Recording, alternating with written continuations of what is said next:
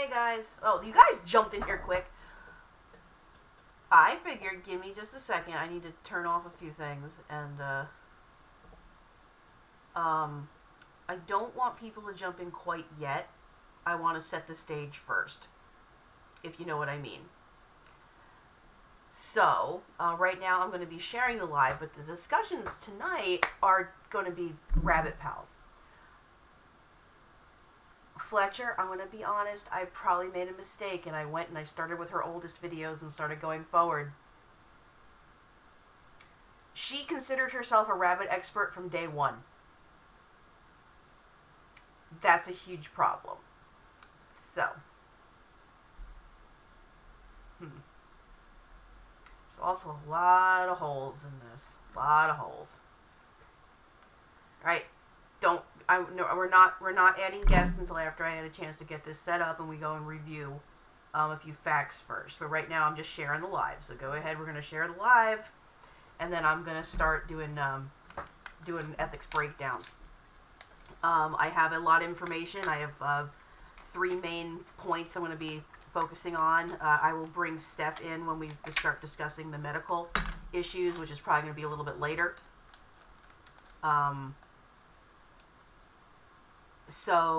But this is mainly focusing on Rabbit Pals, and the reason that we're focusing on this account is because she gives out some of the worst uneducated information I've seen in a while, and she was maybe a year into her pet rabbit journey when she decided to start breeding her rescue, and letting them all run together.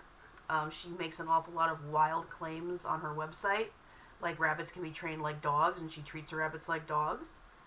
I'm trying to see how current this is, but it really doesn't seem like it's changed much, but she lets them eat chocolate and bread and pasta and takes videos of it, and this is, that's been going back for a while, so I'm still reviewing the account to see if she's still doing it, but I don't see any evidence of her stopping.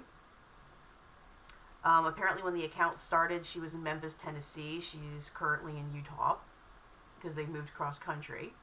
There's still a bit that doesn't quite add up completely, but, we'll see.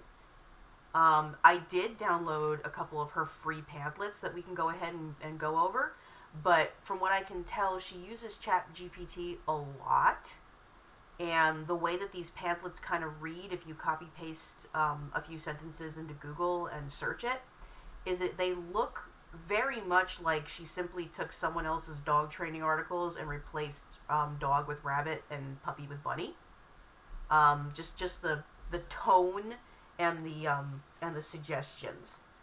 Someone else had mentioned that she uses spray bottles for deterrence, like literally just like you would train a cat or dog on the rabbits. But I've been kind of going through this for the past 2 hours, just kind of going through and taking screenshots of stuff.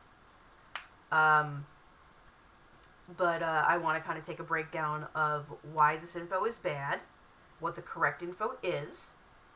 I'd like to take a breakdown of, we'll go into later this evening, which is where I was brought in with that splay leg rabbit that she, her lines produced, about ethics in breeding, proper culling techniques, things along those lines. Yeah, just make sure that camera's the one's up.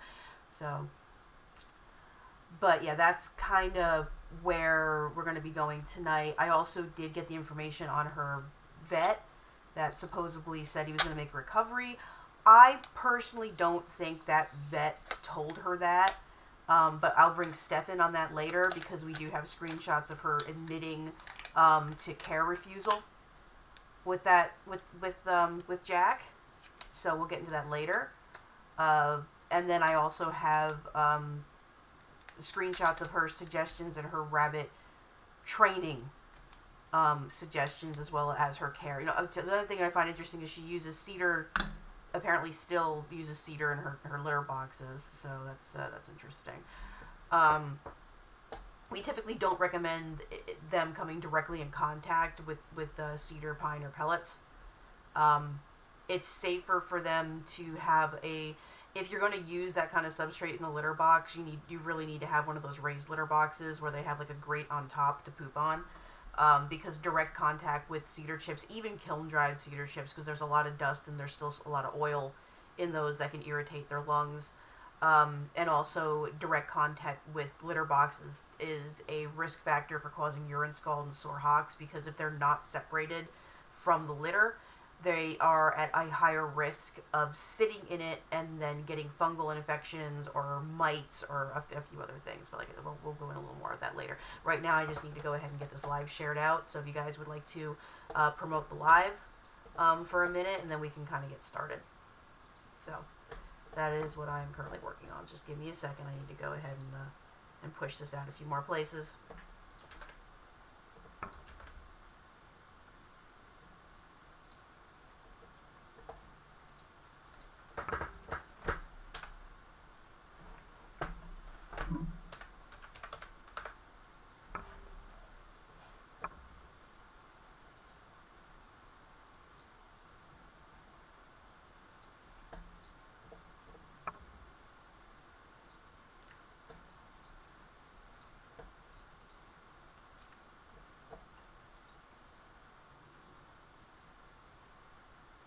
Also, do not invite poor Vesper, because Vesper does not want to deal with this. It has given her way too much heartache.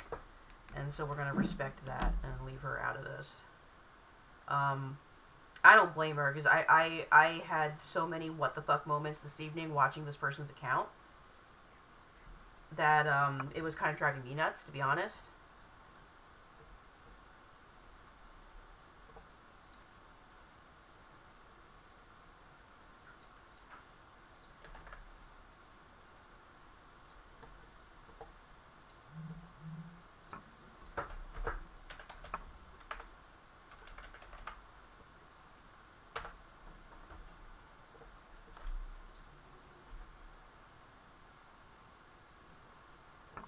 This is why Adam. Stop. This is why Adam. Stop. God damn, so stupid.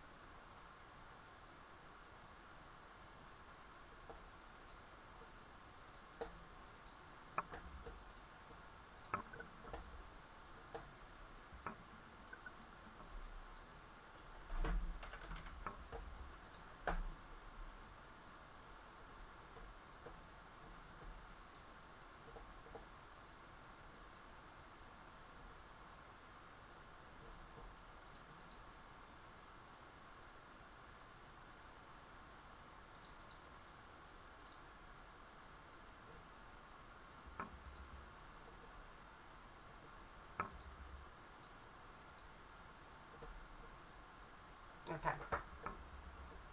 Alright, there you go. Whoop, slow down. I got you up. We don't talk about Tamuks. I don't like Tamuks. I don't talk about Tamuks. I want nothing to do with Tamuks.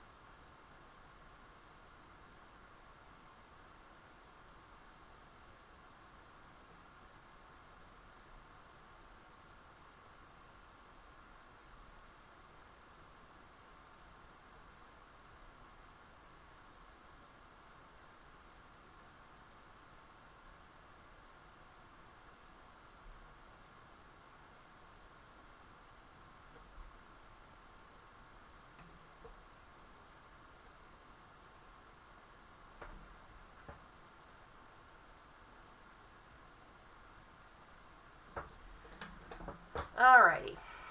So, I guess we're going to go ahead and get started on this. Oh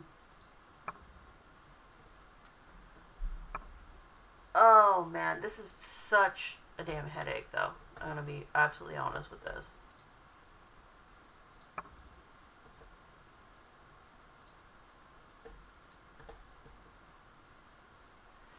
So, I'm trying to think exactly where I want to start.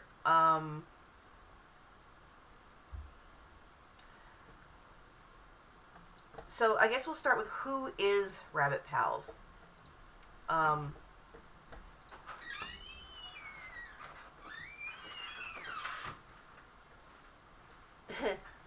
find this so funny.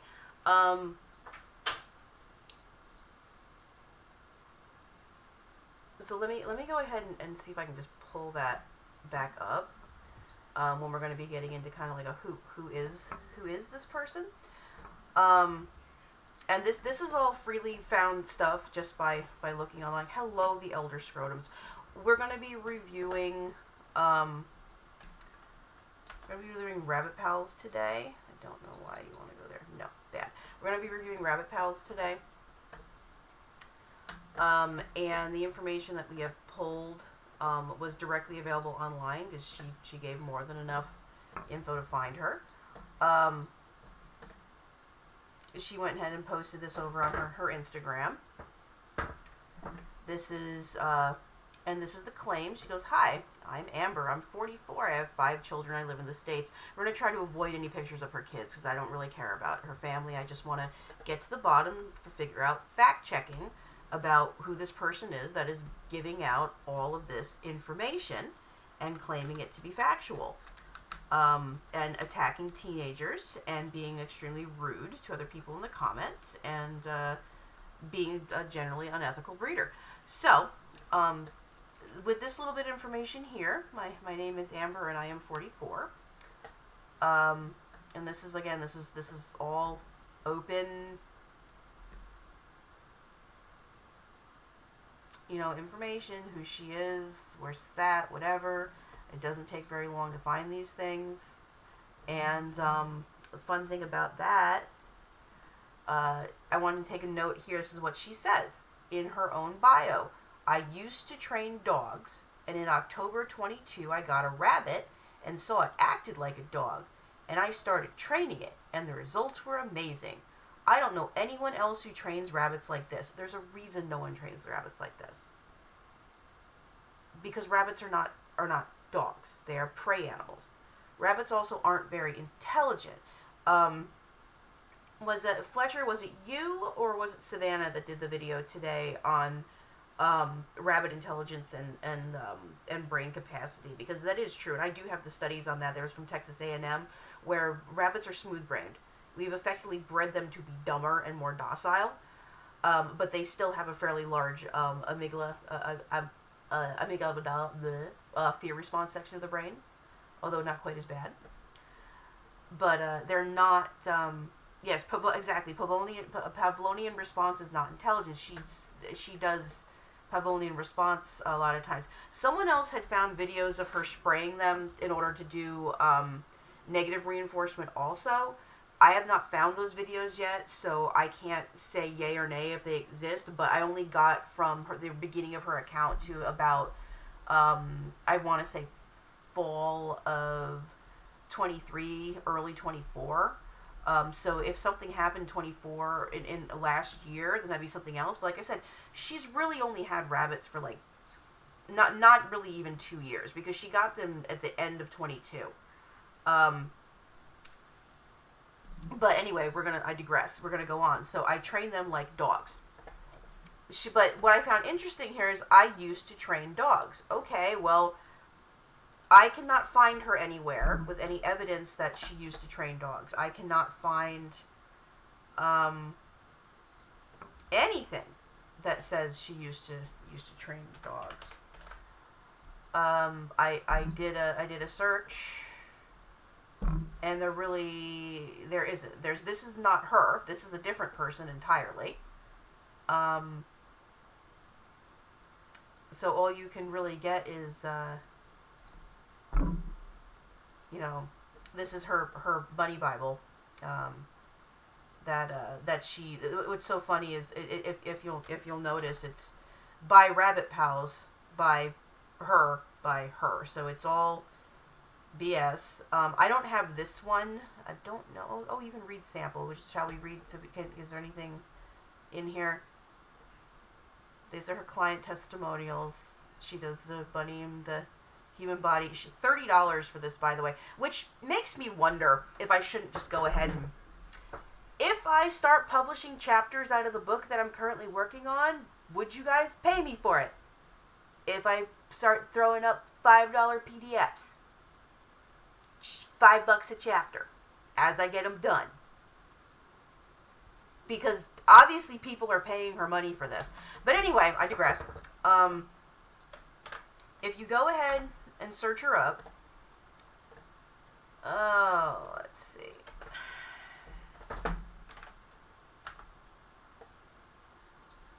So, this is actually her LinkedIn pro, because I wanted to see, I'm like, we want to get not this one, the other one. And you search Rabbit Pals.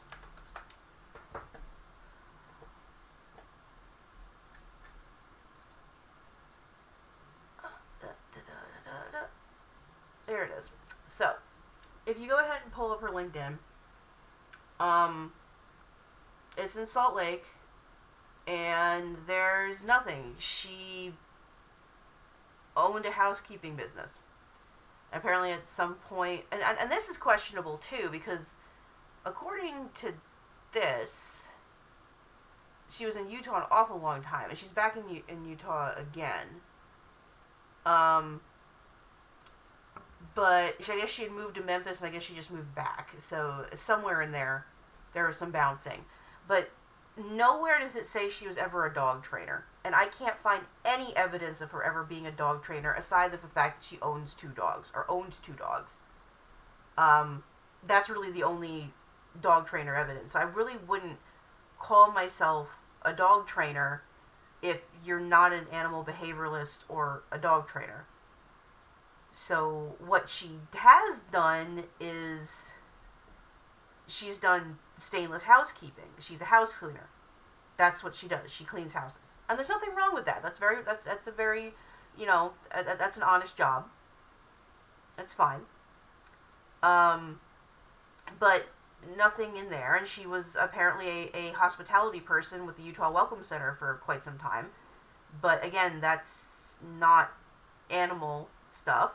And then after that, it looks like she decided to go full-time as a social media expert, and then all of her skill sets are social media skills. SEO, quoting Rabbit Pals. That's all it is.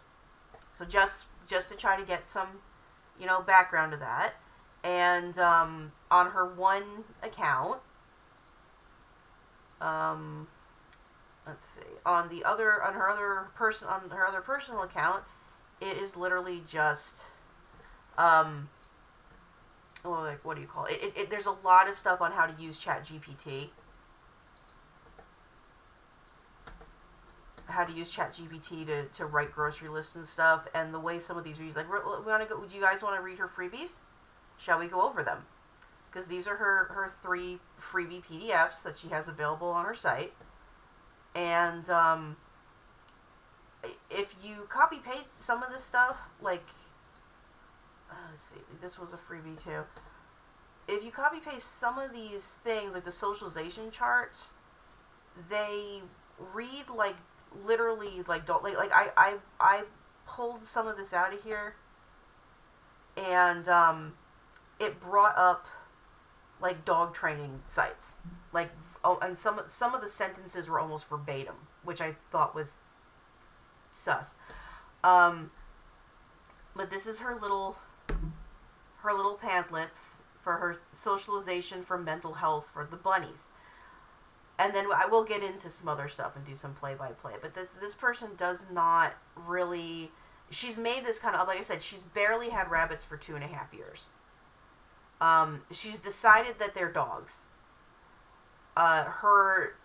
It's the Pavlovian response, like Steph said, is not the same thing as training.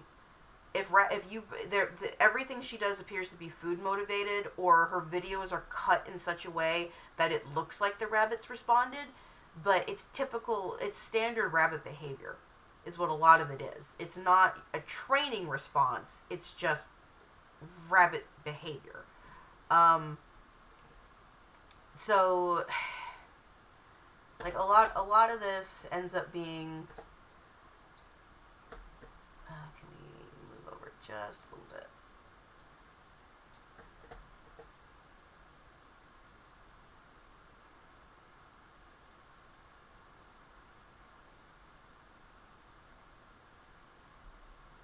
If you put a treat, exactly. If you put a treat in front of a rabbit, exactly 9 out of 10 times they're gonna eat it. It's not like it's that surprising.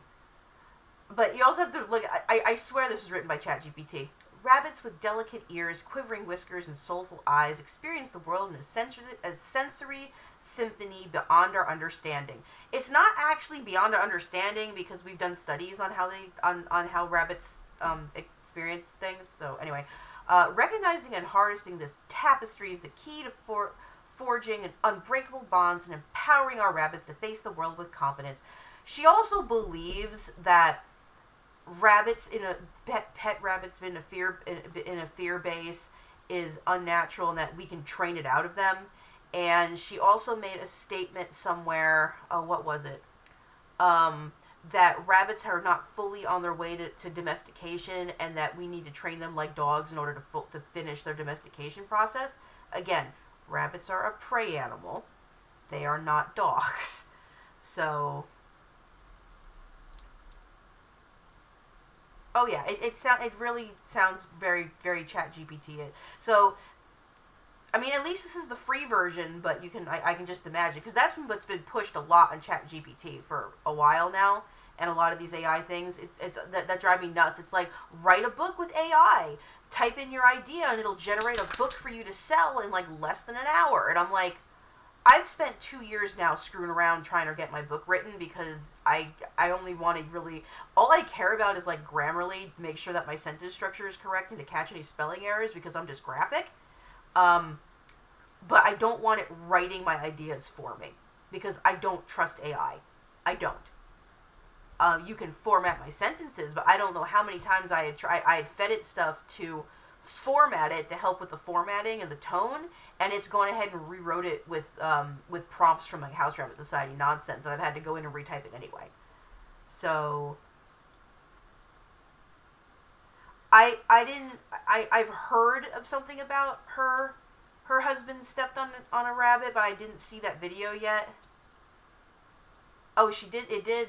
Okay, I haven't gotten. I mean, if you want, we can go play by play through her entire account. So this is a screenshot from offline. This is one of her bunnies.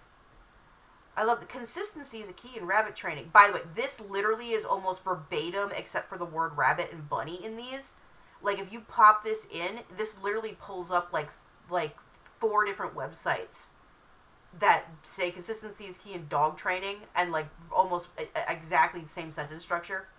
Optimal rabbit training sessions typically span around 10 minutes each. Duration allows you to focus. Okay, well, I could kind of see that. But again, it reads like a dog training guide. There's also not a lot here. And this is completely stupid. Bon appetit. The kitchen can be daunting for rabbits. Now, someone else I remember seeing a video somewhere with someone banging pots and pans to desensitize rabbits around kitchen noises. I don't know if that was this account. I was trying to find the video. Can anyone confirm or deny if this is the same person? Because I remember there being someone had posted a video or tagged me in a video on one of these accounts where the person was desensitizing their animals. Vesper, you shouldn't be here. You need to go. I'm going to have to ban you from this live so you don't get very angry and do horrible things. No, don't do it. Don't.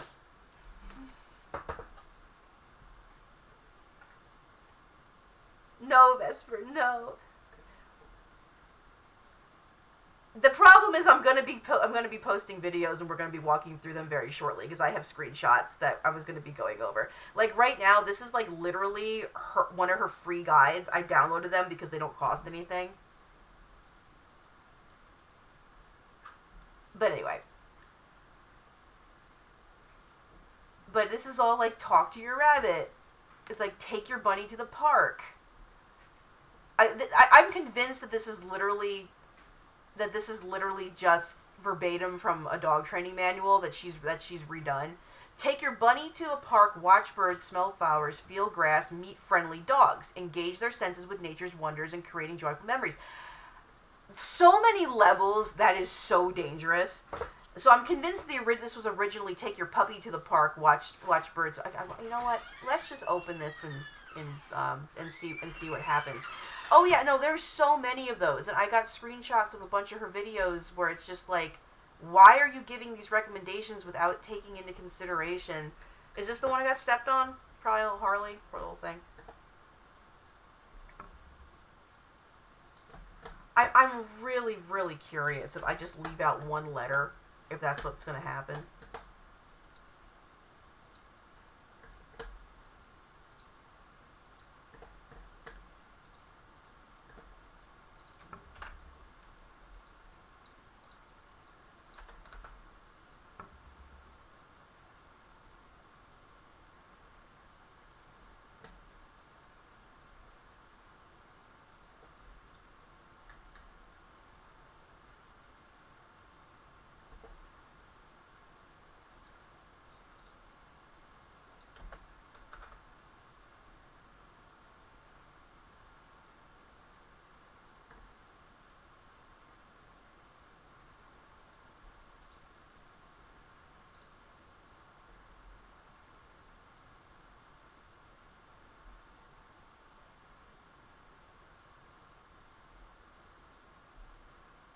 Google's hilarious.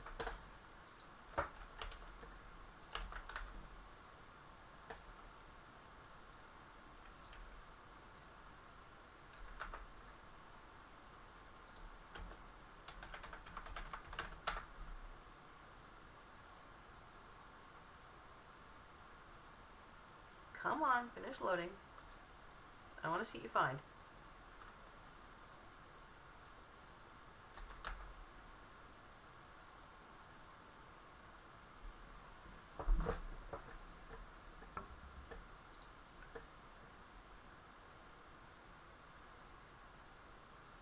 Oh yeah, no, she does. Still no. Oh, I'm sorry, no babies. We're hoping to have babies too. Well, it is what it. Well, no. They're not cropped and stolen pictures. She just literally has a generic Squarespace account that she never updated. So it's not that it's cropped and stolen pictures. It's just she literally never updated the account. Like almost all the links on her website just link back to whoever the default links are for the template she used. But it's just like, I don't know. It's just the overall feel of this.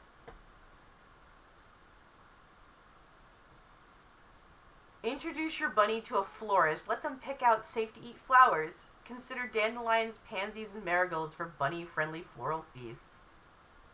She takes her rabbits to Olive Garden like all the damn time too, which is just, and I mean, I don't know. It's like I can't take someone seriously that is so hard on their animals.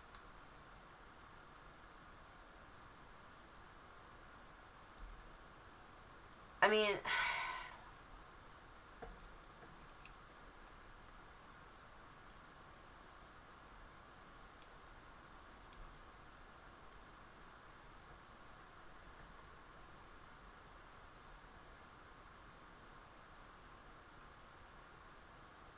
alright, I'm not gonna argue. Like some of this stuff is gonna be pretty straightforward because you can't have complete stupidity. Before you bring it home, have enclosure house. Yes, that is correct. You should have something already set up. Leave the bunny alone. Good. That is good information. Okay? So we're starting off okay. That's not for a house rabbit, that's not a bad thing. When I walk into my barn in the morning, I talk to my rabbits before I turn the lights on so they don't freak out. Okay? As long as you announce your presence, they're usually fine.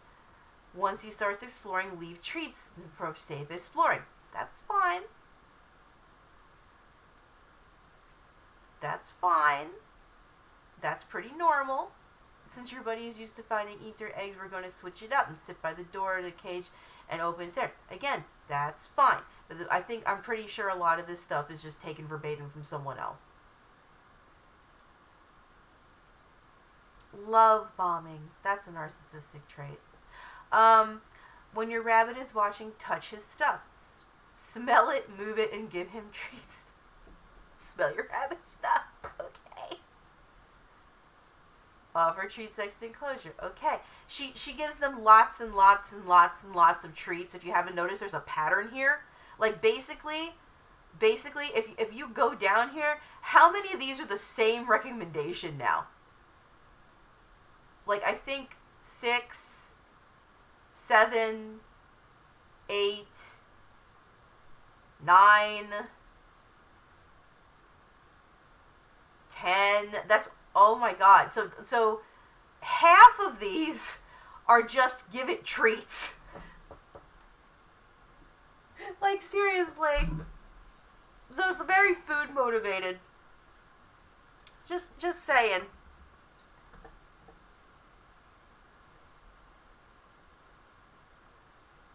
Exactly. Treats are just that's all she's doing, is she's giving them treats, giving them treats, giving them treats.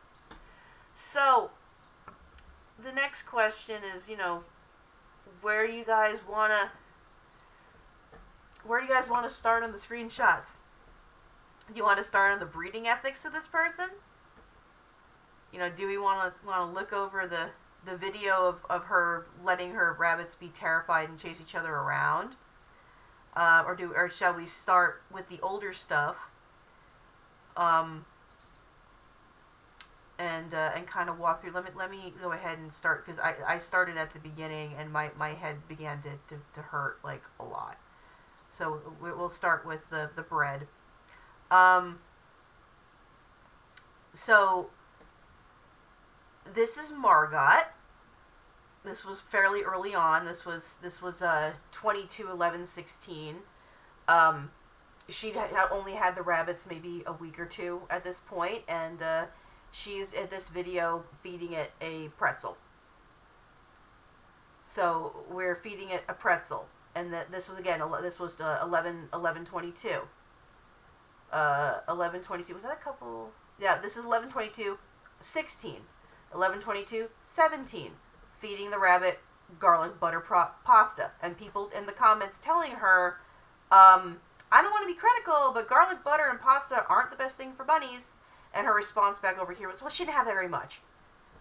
Alright. This one annoyed me. Again, can we not get that? Come here. Yeah, what looks wrong in this picture? Who wants to tell me what looks really, really off here? Vesper, you're gonna hurt. What's wrong with this rabbit? Can we see the problem? Oh, I haven't even started with the breeding wet. Yes, he's soaking wet. Do you know why he is soaking wet? He is soaking wet because she leaves her fire screen off of her fireplace and lets them play in the fire. Apparently, he had gone and rolled in the ash. And honestly, she probably should have, like a chinchilla, let him just go ahead and shake the ash off, because it probably would have been safer just to comb him out and brush him down. But she decided to give him a bath anyway, and then leave him wet in front of the still hot, because that wood back there is still got red coals on the bottom. And just sit him in front of the fireplace and let him continue to groom in the ash pile. So, this is Roger. Now keep in mind, this is Roger. This is Roger on 11/18/22. This is 2 days after the pasta. Alright? Oh dear. By 11/23, now remember, she had 3 rabbits running together. If you want, I can go pull those videos and show you. But we had we had Margot and Roger and Phil. And I think she may have gotten another one in the meantime here. And look, Phil was injured. They go, what happened to him? She goes, I put them all out. She goes, what happened? He goes, he plays outside with the other rabbits. She leaves them alone outside. When I went outside to check on him and give him an olive, I found him like this. He's doing well this morning. Thank you for the question. He's gotten his ear ripped to shreds. Most likely by one of the other rabbits. And then most likely this rabbit here. But it's okay, because they're dancing. Nugget here correctly identified that as they're kind of play fighting. I believe it was what, a day after? So Phil was attacked on 11/23, and on 11/24 she posts a video of these 2 rabbits that they are fighting. by the way. They are literally fighting. If you want, I will pull this video up and you can see it in motion. I mean, it's a beautifully shot video. I will give her that. But the fact of the matter is, they are fighting. This is not a, good in any ways or means response. It is definitely a these guys are fighting response. Mom, stop! Stop.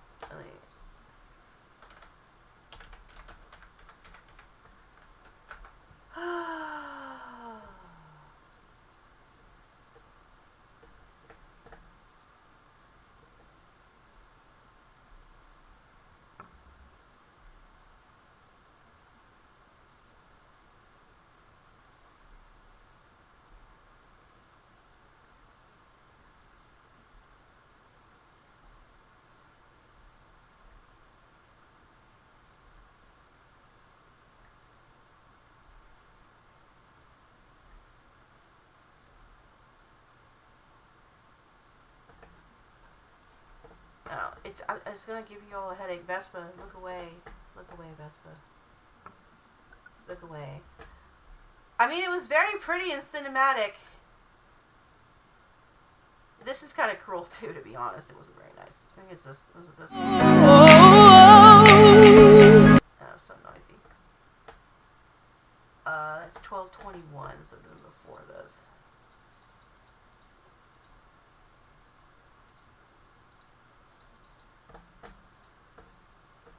Stop.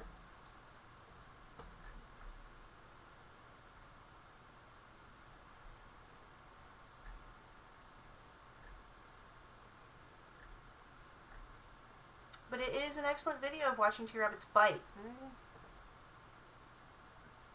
Yeah, here. This is an excellent example of fighting rabbits. This is a... He's also looks like he's furious. That is a doe and a buck. The one that had... This is the one that just had its ears ripped off, too. That little chocolate. Fighting the tort. She's like, oh, look, it's a dance. They're not really courting, and they're not really dancing. That is a territorial... Oh, they're having a hoppy date. They're not having a hoppy date, sweetie. This is fighting. Oh, did he spray her?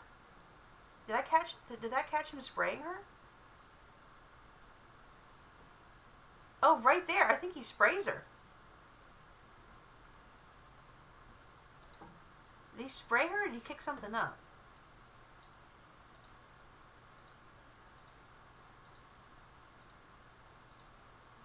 I think he fucking sprayed her. He shot cum at her.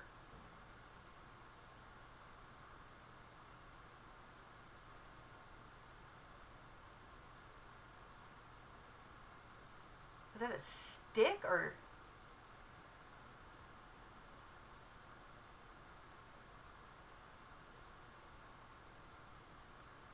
Huh.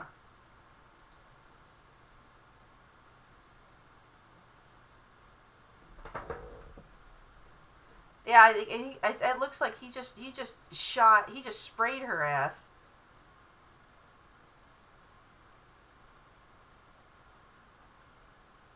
Ew. So far they're not dead yet.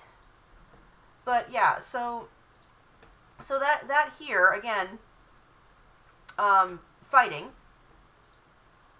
And then this is what I was saying about toxic. She's giving people suggestions to how to take it, and people brought it up to her, going, "Isn't cedar toxic?"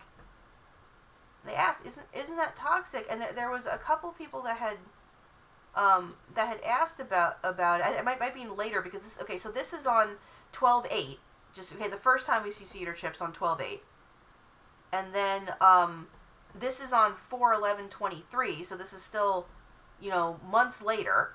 And the person over here kind of told her, I'm like, hey, don't do that. This is... Are these all within the first couple months? This is a month later. Giving them pie crust. And people are telling her, you shouldn't be eating dough. And her response again is, well, it's just a little bit. And Julia's called her out. She says, that's your excuse for everything. The digestive systems can't handle it. So people have been calling her out for a while. What I thought was funny as I was going through this, and I actually caught myself, I called her out in this shit too, like a couple years ago. She claims that the cedar isn't really a problem because she could only find one study about infant rats, which I know isn't true because I just looked up the cedar not that long ago. And because I had just looked up cedar not that long ago, and I even came to the conclusion that it's safer if you use the dried, the kiln dried, but it's still not safe. They still shouldn't be coming in direct contact with it. Because right now, this person right here goes, cedar's toxic. She goes, there's only one study done on infant rats years ago, and nothing conclusive ever came, as far as I know. And then someone else, well, if it's not proven to be safe, then why use it? Which is again a very good point. This is a very good point by the commenter. If there was inconclusive, then why would you still use it? Which is the correct way to look at it. This was interesting too. So it's heavy whipped cream, and her response, again, another person calls her out. I don't know what the ingredients are, but be careful because bunnies are lactose intolerant and have a sensitive tummy. Taria is like, what the fuck? Rabbit Palace is, so you know us. I'm like, it's like, and then she comes back with, did you know that rabbit milk is some of the most calorie dense of all mammals, and when feeding baby bunnies you add whole whipping cream? Which is correct. When feeding baby bunnies, you do add whole whipping cream. But adult rabbits that have been weaned do not tolerate it quite so well. And much like ruminants, like calves and goats and other species that start out drinking milk, you probably shouldn't be giving it to them past a certain age. Now, granted, our milking does, sometimes we will allow to drink it. It can upset their stomachs, give them diarrhea, but if they need the calcium real bad, it is something that we give them to boost their calcium while they're milking. But typically, you don't do it for rabbits. So, babies need it. Exactly. Weaned rabbits, much like calves and other species, lose that rennet when they get a little bit older. So they no longer have the enzymes to correctly digest it, properly. So while they may eat it and while there may be some mild benefit to it, you're at a much higher risk of causing stomach upset and illness, which is why you really shouldn't be doing that. So, exactly. They lose their lactase after they're weaned because their body is no longer producing those enzymes because they no longer need them, and they're producing different enzymes that have a completely different bacterial colony in their hindgut in order to process vegetable matter into to break it down into its proteins and fats and everything else. So, again, she's been called out. I don't know, there's like 3 or 4 slides here already of her being called out on this. This was just, I literally named this photo, what the fuck. This is the WTF. This is her recommendation. Again, she's maybe had rabbits for 2 months now. This is her 2.5 months or so into her rabbit owning journey. So, baby bucks this was a video on how to select a cuddly rabbit from a rescue or breeder. Go to the breeder. Watch how the rabbits play with each other. Baby bucks that let the other bunnies mount him have massive cuddle potential, which is apparently why she selected Mr. Gray. This doesn't mean they're weak or super shy. It just means they aren't demanding to be in charge.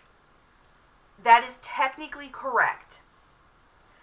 But much like my ex-husband, and credits if you're watching, you know exactly where I'm going with this. He always came to the exact wrong conclusion. No matter what.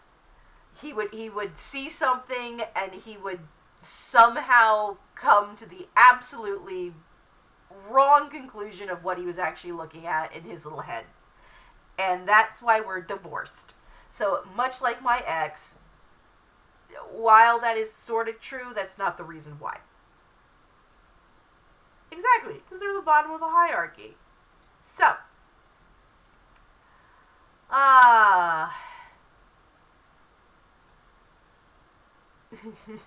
no shit, Sherlock. Okay, so Tippy, as we were going through all the videos, Tippy had to be separated from the rest of the fluffle. So she came out of the room to explore, and she saw Priscilla, and we saw Priscilla chase her. Dominant rabbit attacking the other doe. We'll keep them separated for now. And so they had a rabbit that was not getting along with the rest of their little pack. Now at this point in time, I think there's at least 5 or 6 adult unaltered rabbits all running together.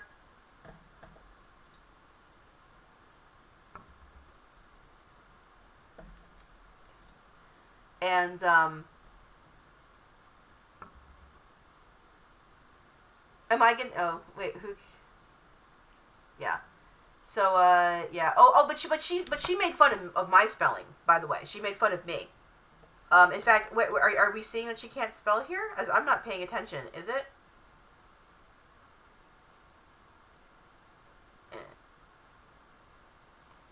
Oh man, shocked, I tell you.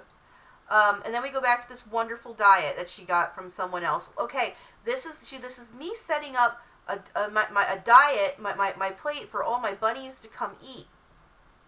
That is collards, which is a cabbage, which causes hypothyroidism.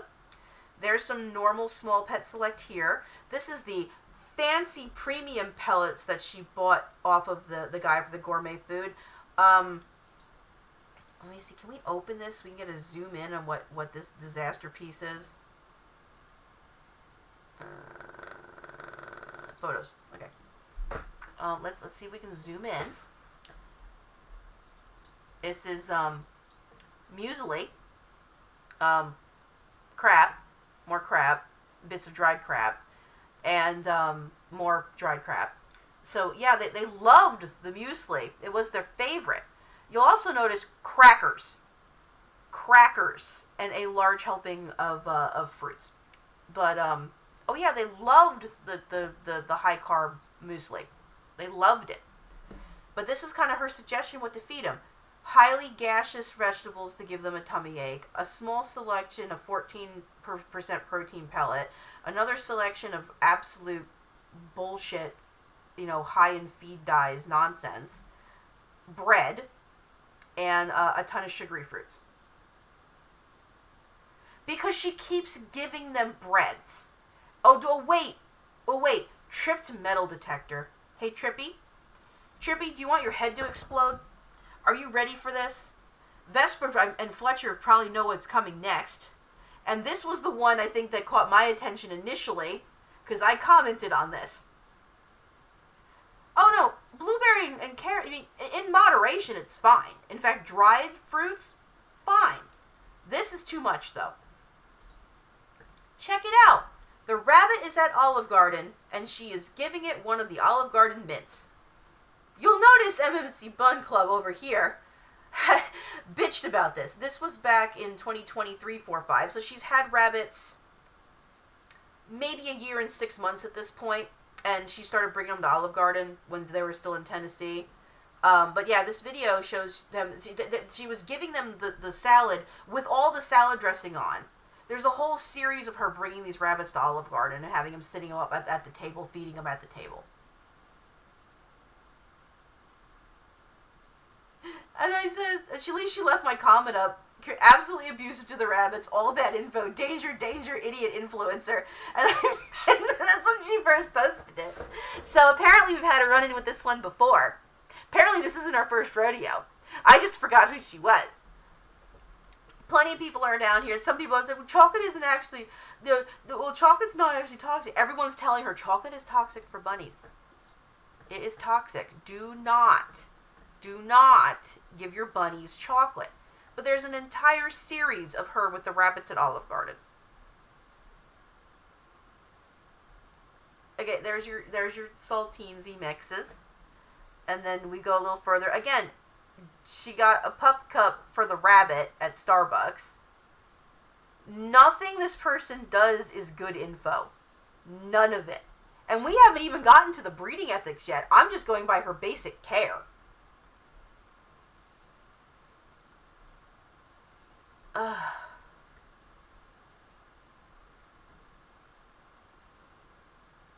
Is that the litter? Has she had the litter by now? Or is this all new ones?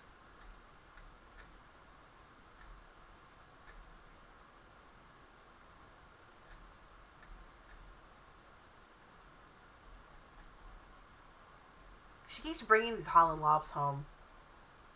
1, 2, 3. So there's 5 adults at least that all run together.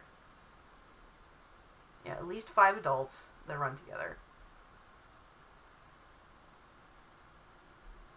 Like I said, there's an entire series of her with these rabbits at Olive Garden. We just had Olive Garden today, by the way. It was very good. But she's got onion and tomatoes and lettuce, and she's got it sitting up at the table. And Priscilla's the one that apparently had some fear issues when she first took her home.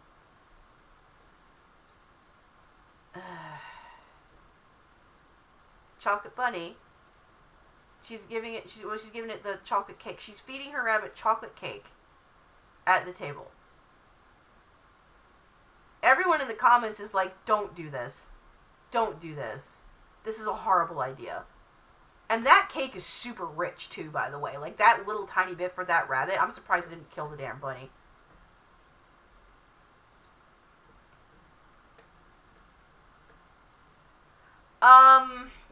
I don't know because I'm going backwards on these. Okay, and then she had babies. So... Oh, and that was the other thing. So I did, again, confirmed, sold the homes way too early. I mean, we can try to go, I can try to see, but I'm not 100% sure when the first, because this was happening when she was still in Tennessee. And then they moved out of Tennessee sometime in, like, late 23. And so I think the only reason that she got away with being at Olive Garden was because I think her sister worked there, or she was good friends with someone that worked there. So we'll see if she's still bringing them to Olive Garden after she moved.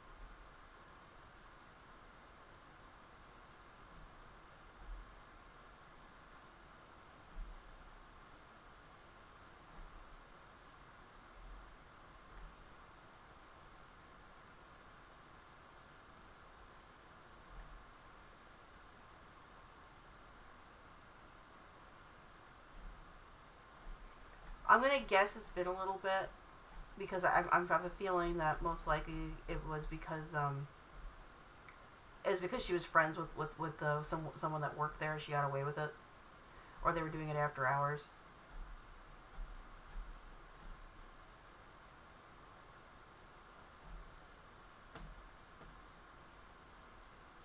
How many litter? The other question is, I haven't finished because she started having litters. So anyway, again, this is someone that brought up the don't use the bedding like that. Okay, so this one, and then after this, we're going to get into the breeding, because this is her first litter. So her first litter was April 22nd, 2023. Great. And then she immediately starts with subscriber. Great. And then she immediately starts with subscriber-only content on Instagram. Follow and subscribe with Holland Lop breeding and baby bunnies. So she starts breeding in April of 23.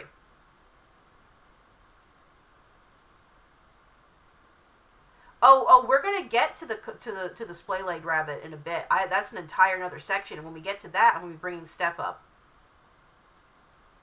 So then we have our backyard breeder nonsense. I would like to adopt one for $500. This is 5'9", so they are a couple weeks old. I would like to adopt one for. I wonder if Will here is not a plant to try to get people to start, wanting bunnies, because that is actually an SEO tactic where you can ask friends of yours to post stuff like that in the comments going, I would pay X amount for this thing. I really want that badly. Personally, I prefer organic content, which is why, like, with Bish and stuff, I actually made her stuff so she can review it herself, and I'd like the quality of my products to stand on their own and not have to ask other people to try to make fake engagement for me. But yeah. We will get to, this is the same person who has the splay leg. We're getting to that. We started off with reviewing her account and trying to qualify her credentials. Because, remember, she made the claim that she was a dog trainer, yet according to her LinkedIn profile, she's been a hospitality person in Utah, and she owned a cleaning business for like 10 years. And now she's all of a sudden the sole provider of Rabbit Pals and is an SEO expert. But nowhere in there does it say dog trainer. So just quantifying that. So anyway, down with this one, like I said, so they are not even, they barely have their eyes open, if their eyes are even open yet. This one, she was all excited because it started eating lettuce. That's right in the video. Like I said, they barely even have I don't even think they have their eyes open, and she's taking them out to play with them. This guy goes, I'll adopt one for $500. Oh, we'd love to adopt an experienced pet parent. More evidence. And then, okay, so this was on 5/9, and apparently she got some ideas, and 5/9, shortly afterwards, same day, posted this. Who is reserving their Holland Lop baby bunny rabbit? Barely has its eyes open and is already asking for baby bunny reservations. Now we're going to start talking about the ethics of breeding. If it is not old enough in order to evaluate it, you do not offer it for sale.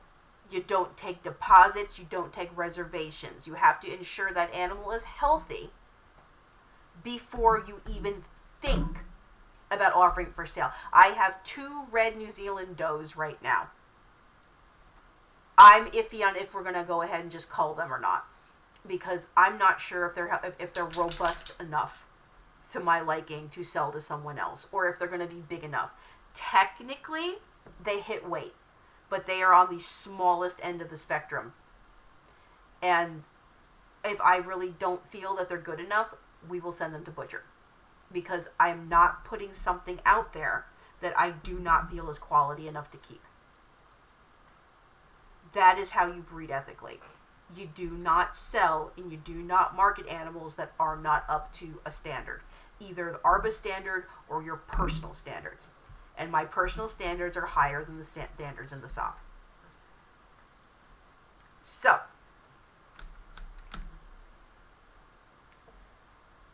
that being said, keep in mind, they were born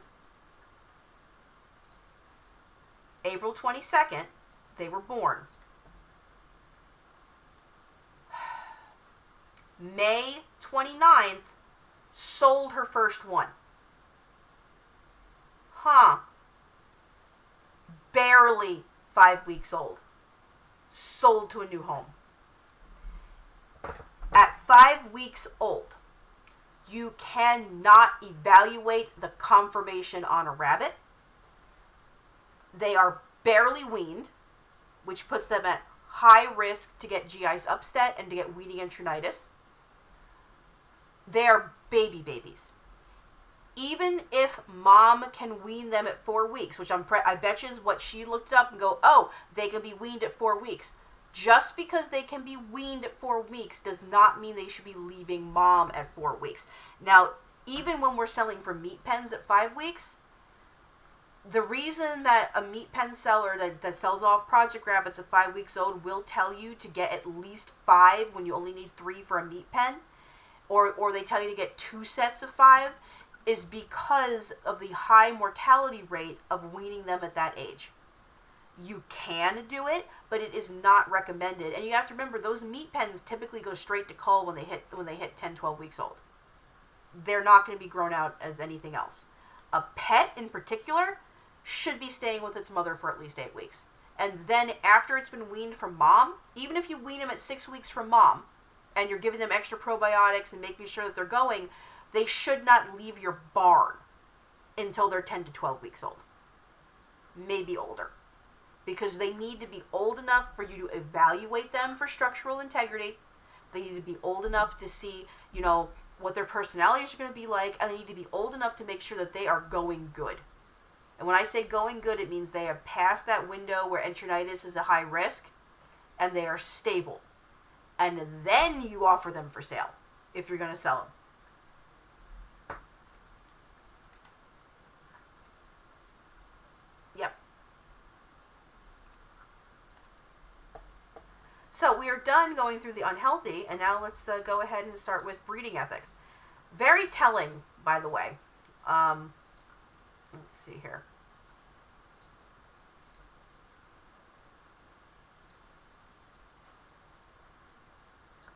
So let's start with backyard breeder. Someone asked her, how do you handle the concern of disease spreading, tracking pregnancies and keeping them on schedule, keeping them away from predators? How about ensuring purebred and well-bred rabbits?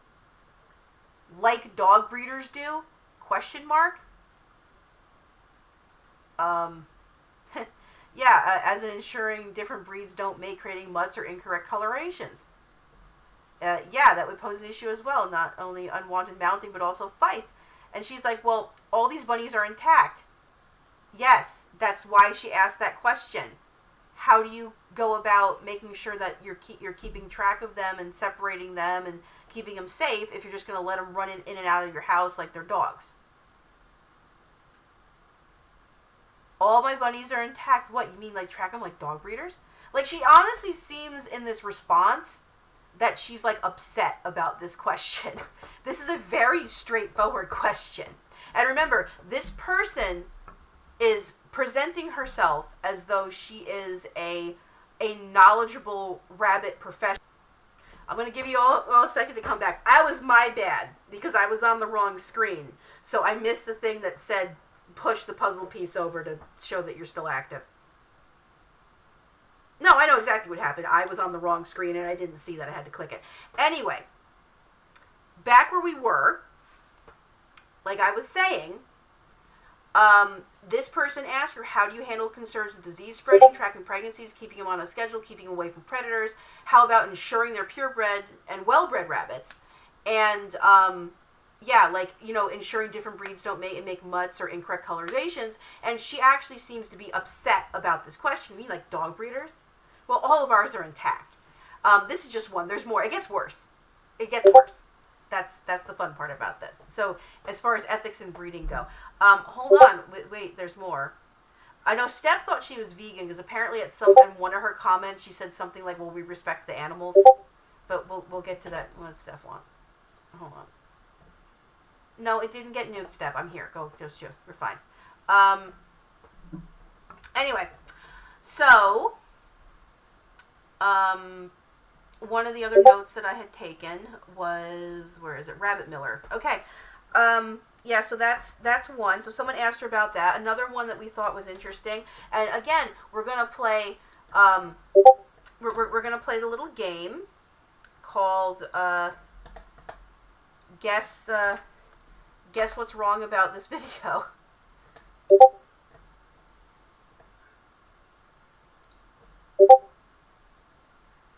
Let me see. I think I need volume on this one for you to... Despite my parents being rabbit experts, they have no idea of if I am a boy or a girl yet. How are your parents rabbit experts? If you've had rabbits now for... This was from June of 23, and you got your rabbits in October of, I think, 22. So, yeah, I can tell, sometimes I can tell at birth on some of them. Despite my parents being rabbit experts, Are they they have no rabbit? idea of if I am a boy or a girl yet. I am, however, the world's cuddliest bunny. Let me show you how I got here. Oh look, that's me. I think I'm like 4 days old here, and I'm already getting used to people and hanging out and hearing noises. Now they're starting to touch me. I don't... Why?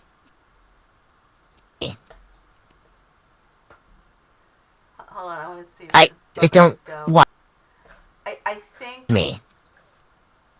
I think it might actually be a doe, but I could actually sex that if you just pull its genitals back. These people are Like I can literally sex that rabbit for you. still touching me. Like by this age, and by like seriously, by this Despite age, my...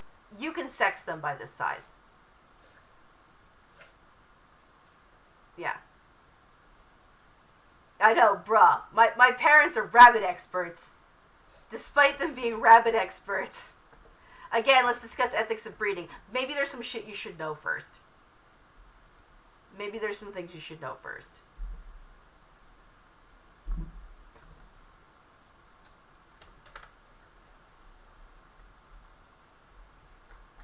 Alright, we'll get to this one. I think... I just want to double check to see what this video is first, and then we'll... Depending on which one. Oh, yes. So we're at ethics... In the ethics of breeding. We'll get to this in a second. We're going to walk through a few more of my screenshots. I just had babies and Dad couldn't be near them, but he tried because he tried to hug them. It took me 3 generations of males and lots of behavior modification training to get here. So again, she's only bred rabbits for 2 years because her first litter was in 23 and it's now 25. That seems like a stretch. It took me 3 generations of males and lots of behavior modification training. You didn't behavior modify anything. You want to know how long it's taking me to get my Sanitas to where they are with the attitude that they have? Guess how long it took me to get to breed in the temperament to the Sanitas? Who wants to guess? Because it wasn't 2 years. It wasn't. Yeah, so we started breeding temperament into the Sanita project in 2016. So it's been close to 10 years to get that temperament set. And that was with that kind of selections. So, yeah. She didn't do shit. And none of that shit's behavioral modification training. I guarantee you. Yeah. That's right. Keep share the live. Get more people in here. You know. But again, back to this. It's like you should take her to show. She looks decent quality. She's not, by the way. If anyone's seen her, this is so far off for a Holland Lop. Can we get one of her semi-posed ish?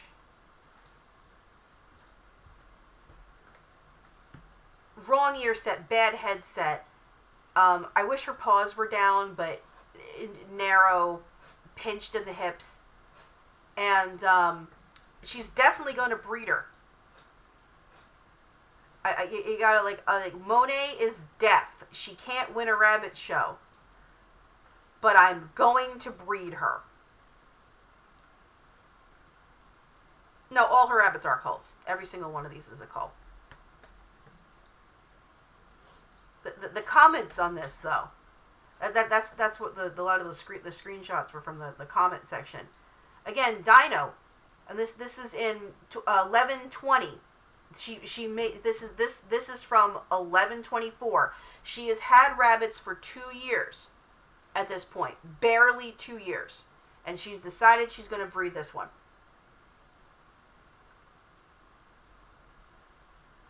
Oh no, she's bred her now. This was 1124. So this was last year.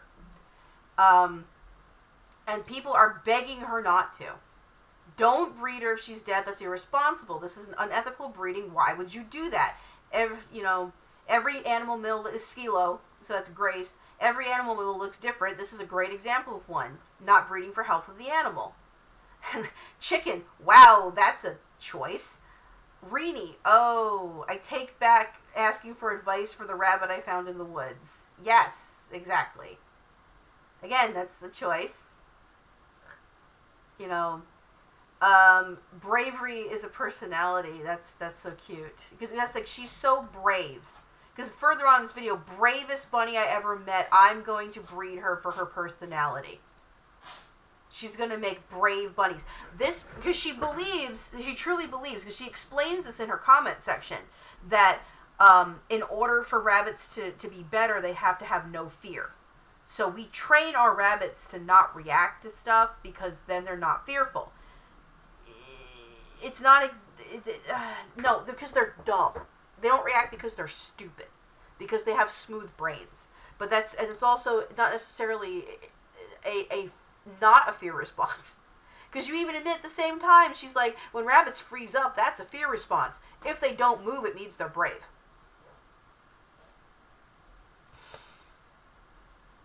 Make it make sense. Cena's, this is so gross. Unethical backyard breeding, purposely breeding unhealthy animals for profit is truly disgusting. Screw the health, screw the ethics. As long as it's brave, I'm right. She knows better than everyone else, guys. Clearly, she's the expert here. I love her so much. Let's see how I can exploit that. Cassie's right on. Deafness is genetic, so most likely her kits will be deaf. Her bravery is likely caused by her having to adapt to being deaf. I raised blue-eyed whites, and none of mine have been deaf, which is also true. Blue-eyed white doesn't mean they're going to be deaf. So the question is she actually even deaf, or is she just claiming that she is? Because, again, a lot of myths around this. Now, if it was a dog, because, again, remember, a lot of her stuff comes from, if it's a blue-eyed white or if it's an albino, does that mean it has issues? And, yeah, if it was a double-merle Aussie or a boxer, that is a high probability. Same with horses. Lethal white gene is a thing. But this is not lethal white gene. This is Vienna. Vienna, aside from having random color markings and being a thorn in my side when it comes to genetics and breeding other things into stuff, yeah, exactly. It's not Ovo, it's Vienna.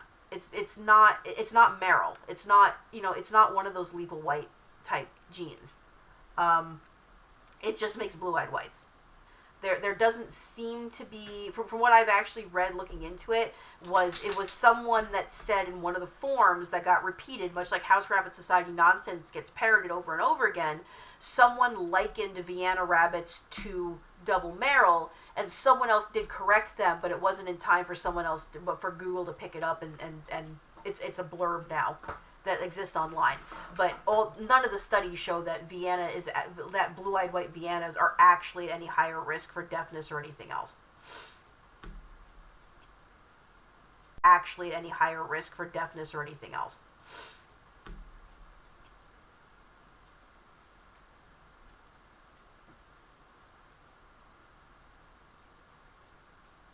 I mean, they may be, but it's not the case for rabbits.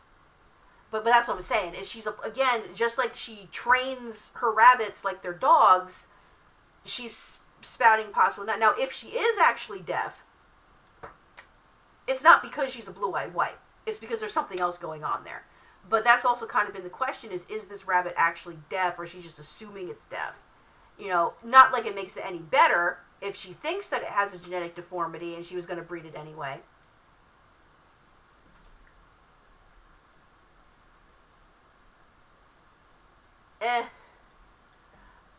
Small breeds that carry the marking tend to be shitty moms. So it's more the small breeds, like the dwarf papillons that we have, shit mothers. Horrible mothers. We have one Havana that's doing an excellent job, but we had another Havana that was absolute shit. Same thing with the mini Rex. It can be hit and miss. Dwarf breeds tend to be shitty mothers from what I've seen. But that's what we've experienced. Yeah, she's so adorable, so gross, unethical, and everyone called her out on her shit. Someone here, Cedar Grove. His funny thing is, in the most recent video, Monet is not brave at all and is running away from being picked up. Obviously, some issues. So a lot of people have called her shit out, like, constantly. You know. And of course, she's going back to, it must be all those cages that make them so friendly. Now, the funny part about this comment is that it has actually been proven that rabbits that are in cages are more friendly and more personable and more likely to come up.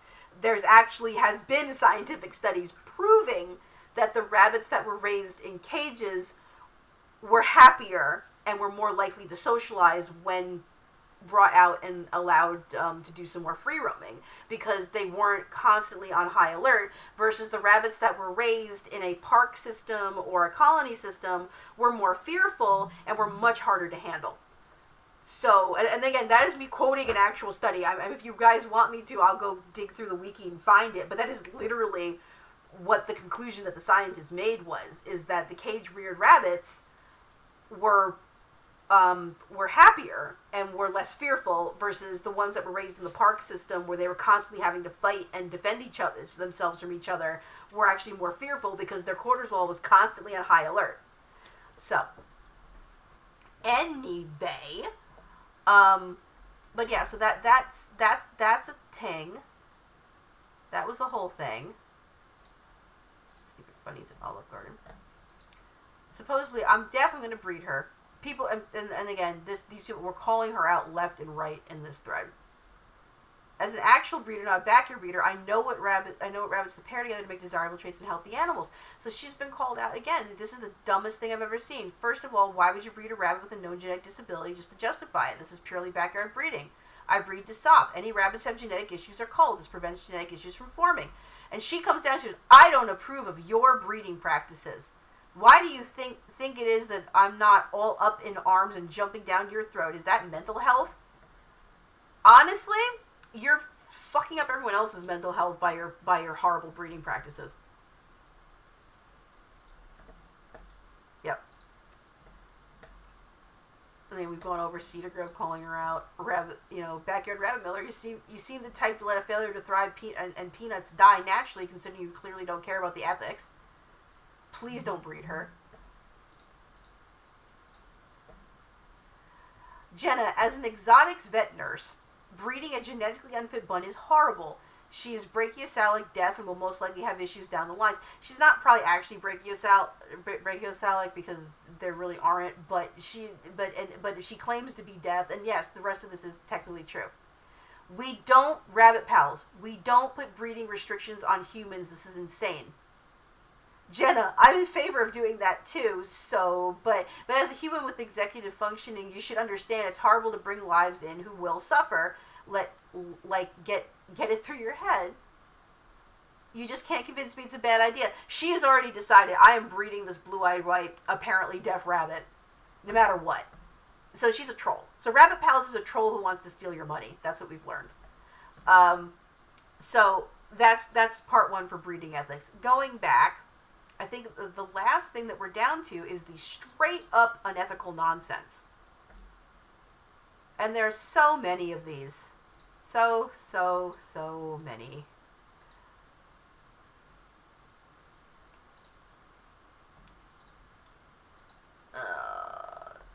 This was with just how she keeps them.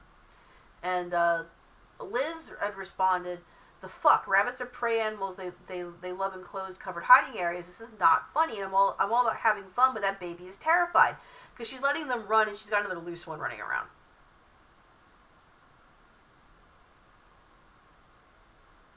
Yep.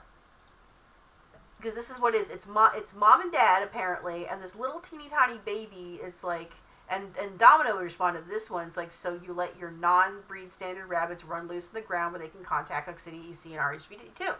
By the way, she's in Utah, and I seem to remember something about Utah. RHVD2 map.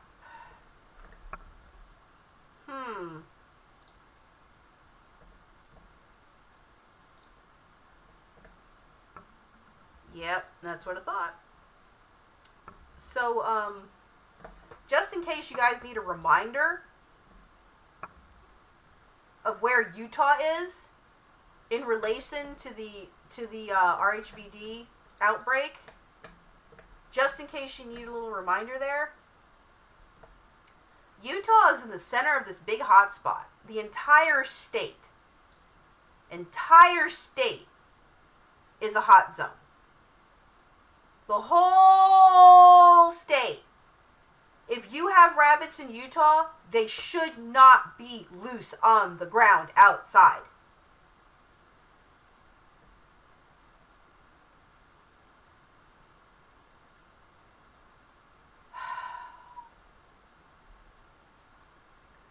So, just a reminder.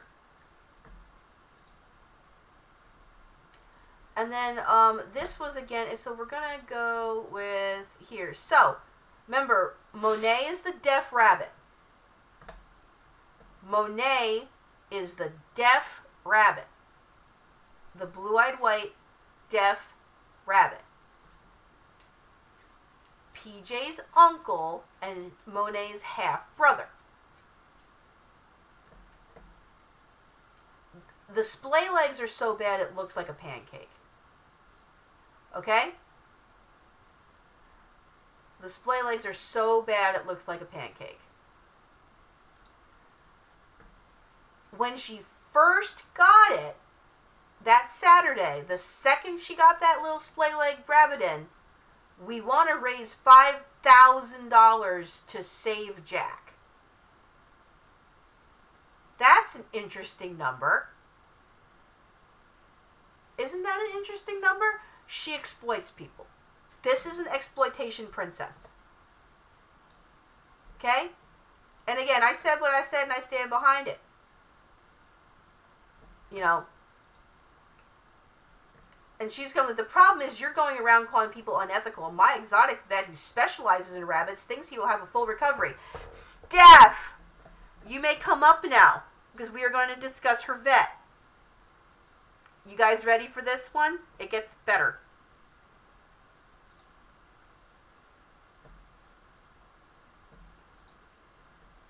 Hello! So, let's talk about her vet. Who wants to hear? Hold, let me pull him up. Let's talk about. Let's pull him up. Yeah, let's talk pull him about up. her vet. There's this little folder here that I made that includes some things, and so let's go ahead. Her vet is Eric Hansen. This is his LinkedIn profile. He is the owner of a veterinarian at a caring vet, because she admitted to who it was. So this is him. So Steph, what have you found out about Dr. Hansen? So Dr. Eric Hansen, he is a WSU alum, which kind of is going to make her spin if she realizes I had a full ride to WSU. I am also a WSU alum. Stuck on that. We went to the same college. Did you read the note that he put into his LinkedIn profile about WSU? Yeah, he didn't like the Anat Lab, and I didn't like the Anat Lab either. Because you were in there 20 hours a day, essentially, doing necropsies. Mm-hmm. And it's just death after death after death after death. It wears on you over a certain amount of time.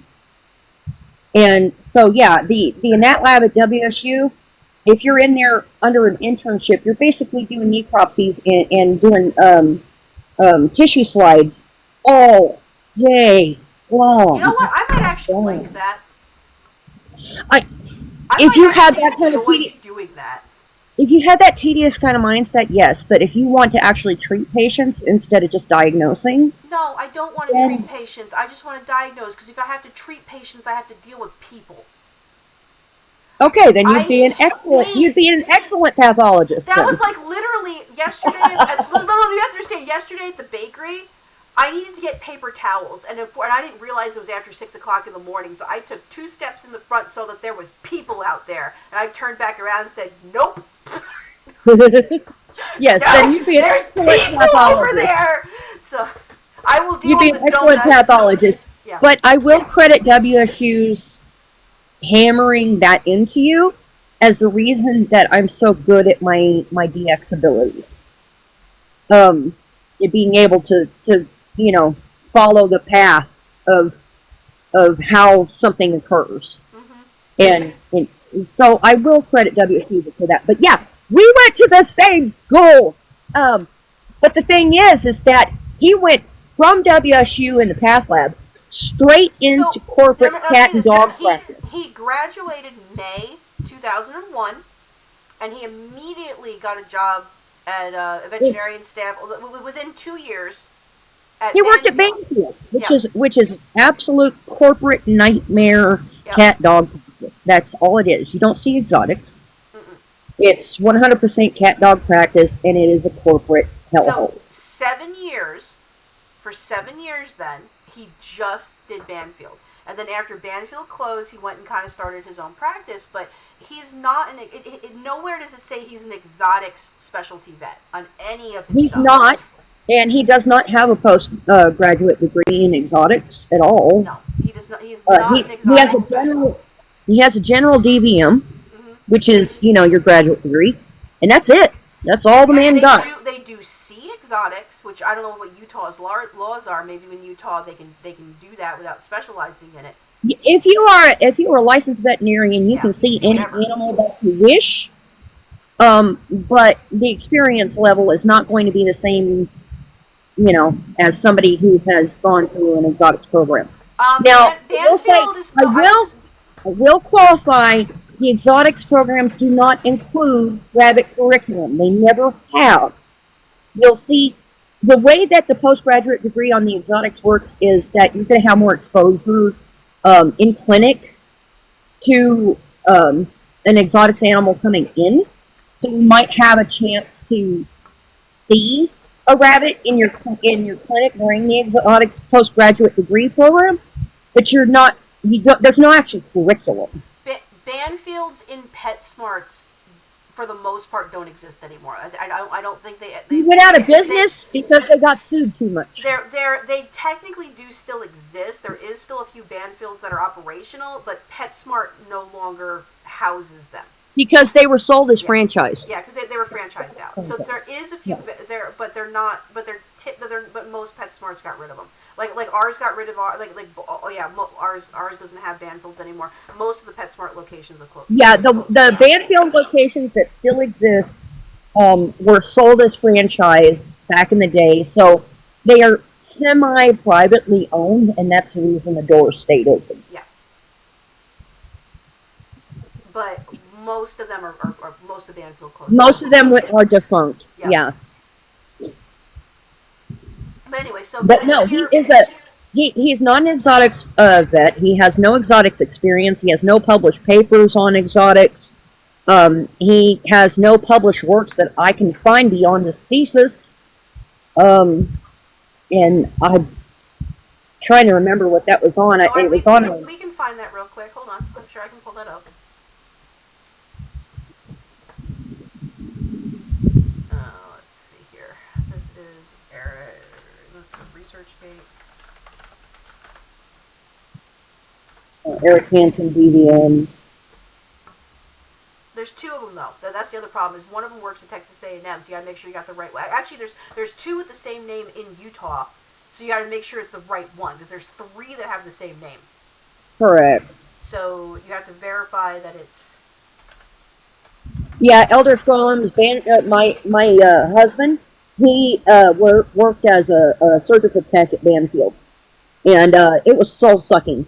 His doctor that he worked with left, and they went to the Dallas Surgical Center together. And so he got to work at the Dallas Surgical Center after they ran away from Banfield. It was hamsters and guinea pigs, and occasionally a ferret.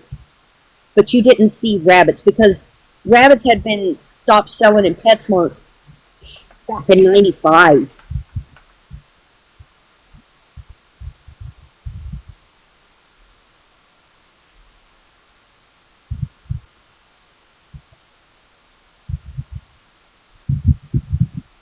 Yeah, but PetSmart hasn't sold rabbits since like 1995, 97, somewhere in there.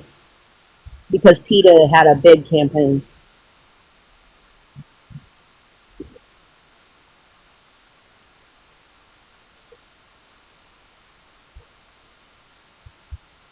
Were you able to find him? Not yet. There's like Like I said, there's a dearth. There's a dearth there because he doesn't have anything published beyond his college thesis. Yeah, no, I don't see any. You'd have to go. So I went through because I have access to WSU. I went through the WSU files. So that's how I found it. I think it was on something about cat metabolism or something like that. Which is understandable because you're mostly doing small animal practice. You're not doing like, you know. Yeah, and I'm not saying this is a bad doctor. I'm just saying he's not a rabbit expert. Exactly. This is not a bad doctor. This is a general vet. He's well respected in the community, but the thing is, he's just not an exotic vet. Yeah. He does not have the experience of rabbits to make the call. This is her blog that she posted a couple days ago. Rabbit with splay legs. This weekend, a surprise message led us to a very special baby bunny. Monet's half-brother and PJ's uncle, who needed urgent help with a wobbly leg. We couldn't say no. He's already started his rehab journey with us, and we're preparing a full care plan for his vet visit on Wednesday. Come meet Sweet Jack and follow his road to recovery. So she's already planning on monetizing this. Because that's the formula. The formula is get a sick baby bunny and then get your followers to just throw money at you. Trip metal detector. You found his thesis? Okay. So he's a fine cat and dog vet. Nothing wrong with that. You know, and we're not disparaging this doctor at all. Yeah, there's nothing wrong with being a cat and dog vet.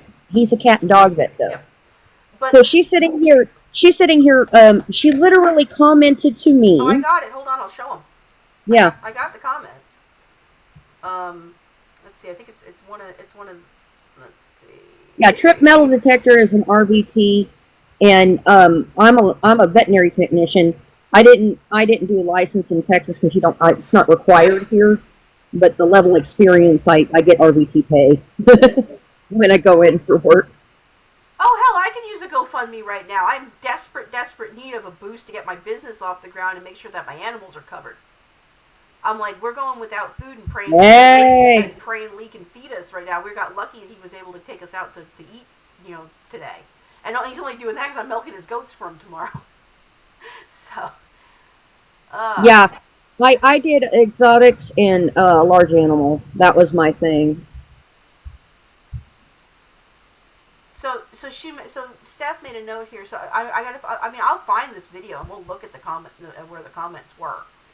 But Steph pointed out, it's like you denied diagnostics and chose to string the rabbit along for 7 more weeks because you wanted to. That was Steph's comment. She literally admitted in the video that she rejected imaging. And that she wanted to wait another 7 weeks. So and my text in the comments, how is that going to be written in the file? O refuses diagnostics. Yes. Or O refuses our radiology. Mm-hmm. That's how it's going to be written in the file. So she can try to put her pretty little words all the way around it, but she refused diagnostics. She refused care. She chose to string the rabbit along for another 7 weeks.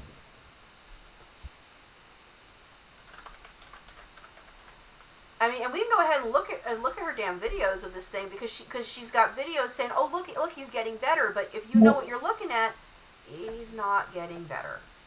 He's decline radiographs, decline standard of care, decline diagnostics. Okay, those of you that know what we're looking at, its legs are still going on the both sides. She's like, "Oh, look, he's doing so much better." Now, from a veterinary point of view, this is a full femoral bend. This rabbit is flexed completely at the femoral. So yeah, that femur is completely flexed above the stifle. So, although it is currently running around, I also have a collection of videos to show why this is not an improvement, and it's not going to be an improvement. So that's on radiology. The femur on that rabbit looks like a U. Mm-hmm. It literally is bent. Yeah, he's only going to get issues as more weight is added to that body. And then this is what it's going to happen, and this is what it's going to end up looking like as they get older and more weight gets added. That is a pelvic display. Well, So but there's he slight, also got the front leg that's starting, and it's yeah. not going to get any better. It's just like all of these. None of these are going to end up getting any better. Here's one here. Again, it's got this huge ass display, and this is all these rescues. Oh, look at the poor sweet thing. Yeah, he Trip, the little Jack, that little white one, all absolutely is scoliotic and definitely has scoliosis. We're bent at the femur. He also has a bend at the ulna in the front too.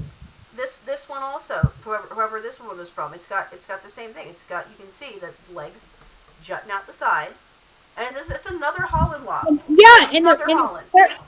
The pet rabbit community keeps these things away. Why? Here's another one. This one, I actually got mad at this one because she's. And he has.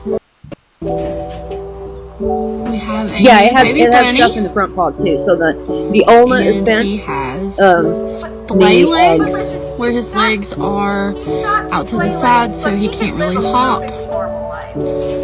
But he can still live a happy, long life. He's gonna still live a happy Just a little life. love and care. He's just gonna need some more love and care. No, kill it. Kill the fire.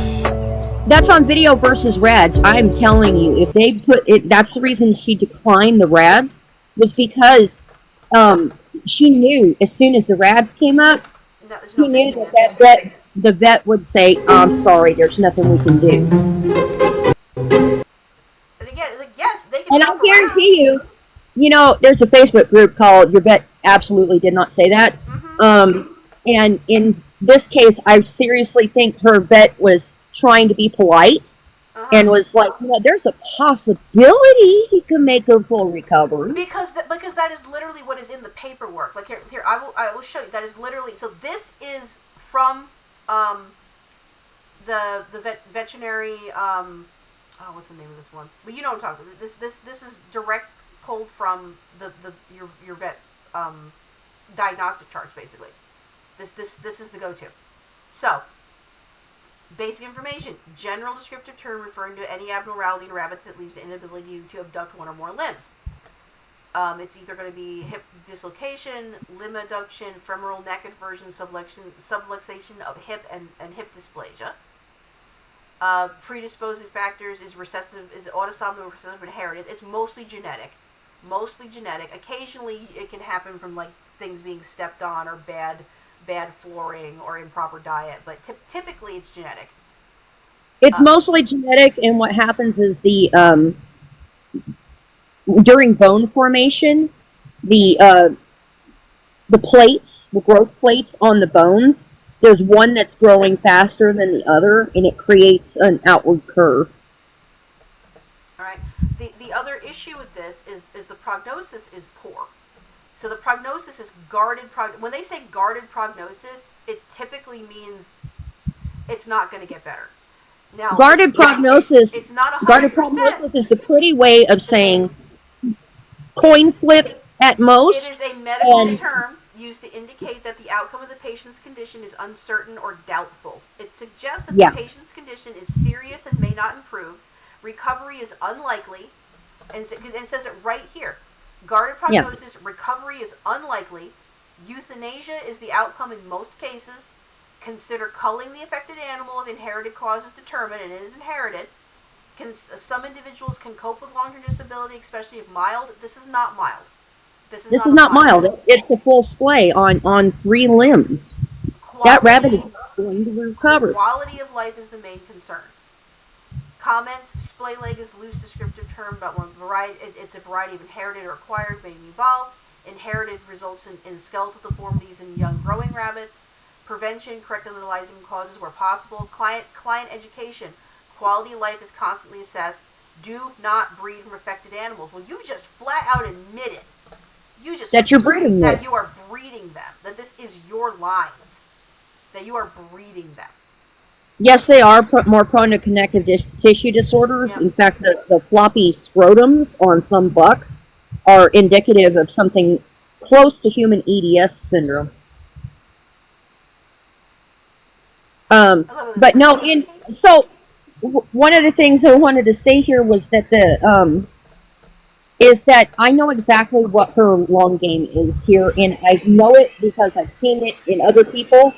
She's going to string this baby out to the point where she's going to have it amputated, probably a bilateral rear leg amputation, and then she's going to stick it in a wheelchair. Which is why and she then wants she's to going to raise beg. 5K and beg for money to help keep supporting, Yes, keep sending money. then she has a cash cow to beg money off of.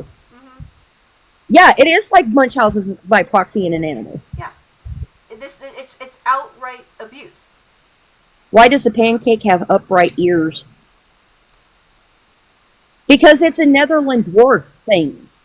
That's the Jack, the white one, with the splay and everything. That's actually a Netherland dwarf. Do you think it's actually a Netherland dwarf? Well, it does have very big ears in comparison.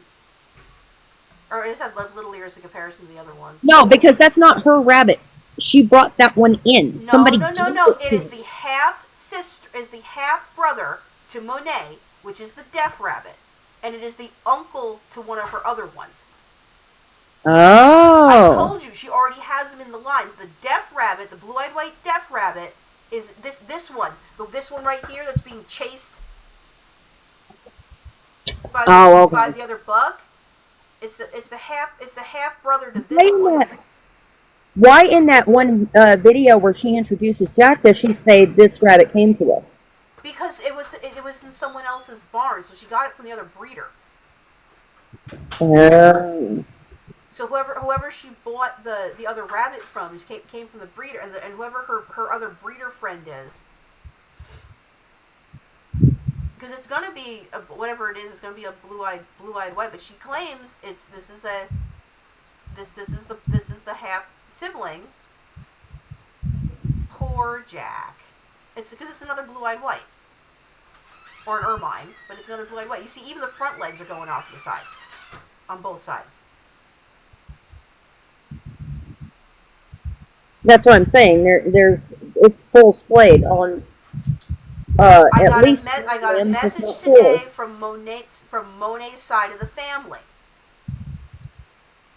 Monet's brother has splayed legs, so if that's whoever she bought Monet from had another litter, and you can see both of the front legs. Both of the front legs, all four legs are splayed.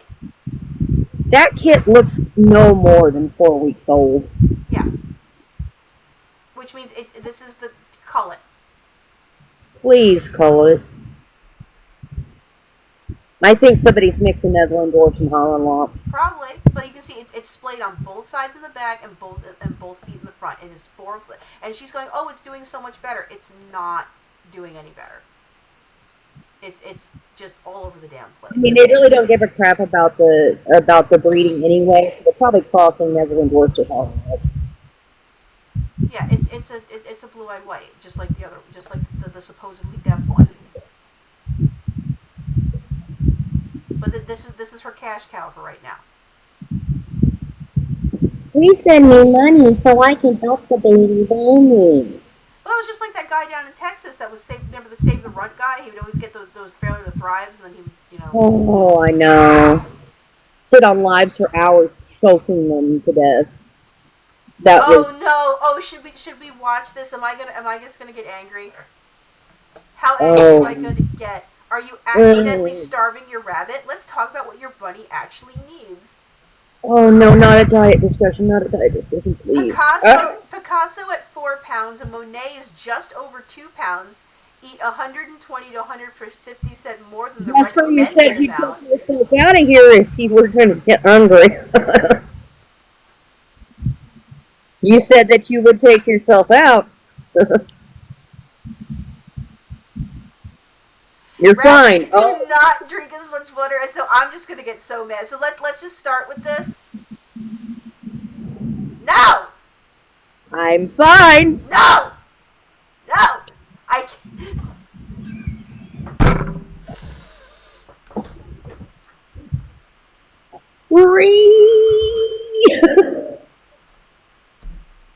Hit the button, Mary. None of us want want to hear this because we all know that we're gonna Just do it. This is Rip how it much off your like a bunny band-aid. eats Come every on. day. Let's tear it This is apart, how much- please.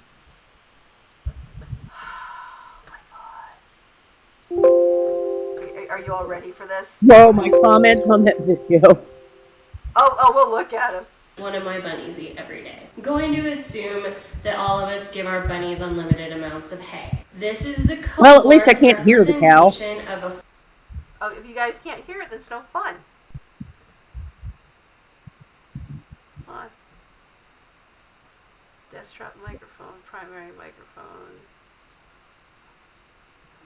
primary speaker, Realtek output, Chrome. fourth of a cup of pellets. Is So you can hear, okay, fine. If you, This is how much your bunny eats every day. This is how much one of my bunnies eat every day. this son is how much they eat.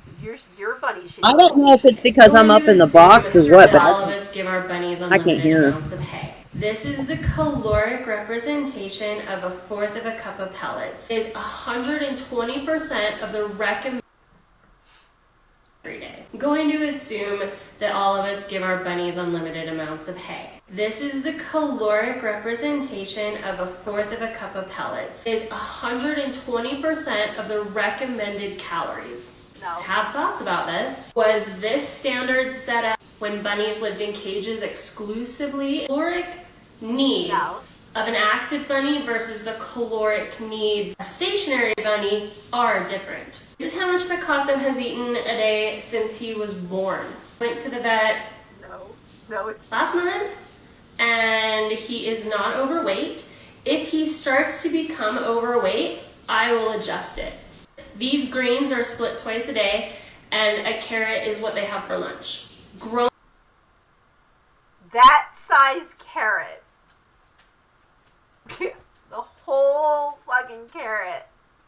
Growing up hungry is trauma. Being hungry all the time is trauma. Are your bunnies hungry? I don't know. Chewing baseboards. I see a lot of bunnies eating carpet. I see a lot of bunnies eating sheetrock. Is that their instinct to chew or are they hungry?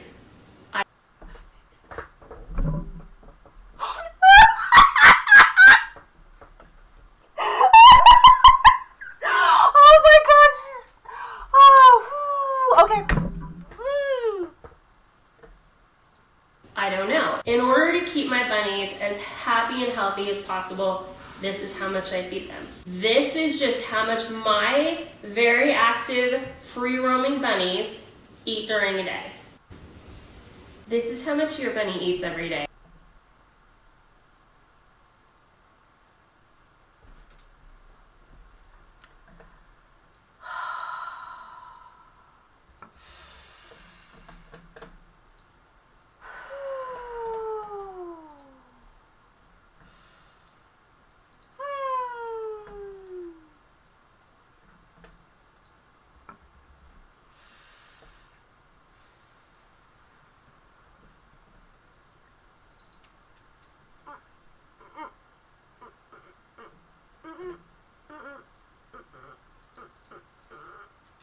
So let's look at the book I'm writing.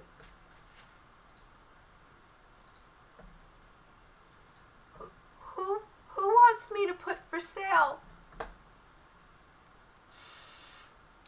Put available for download chapter by chapter.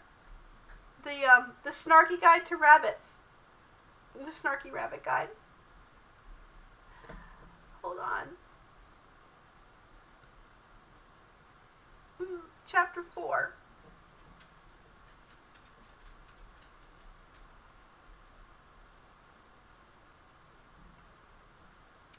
I found out more information, by the way.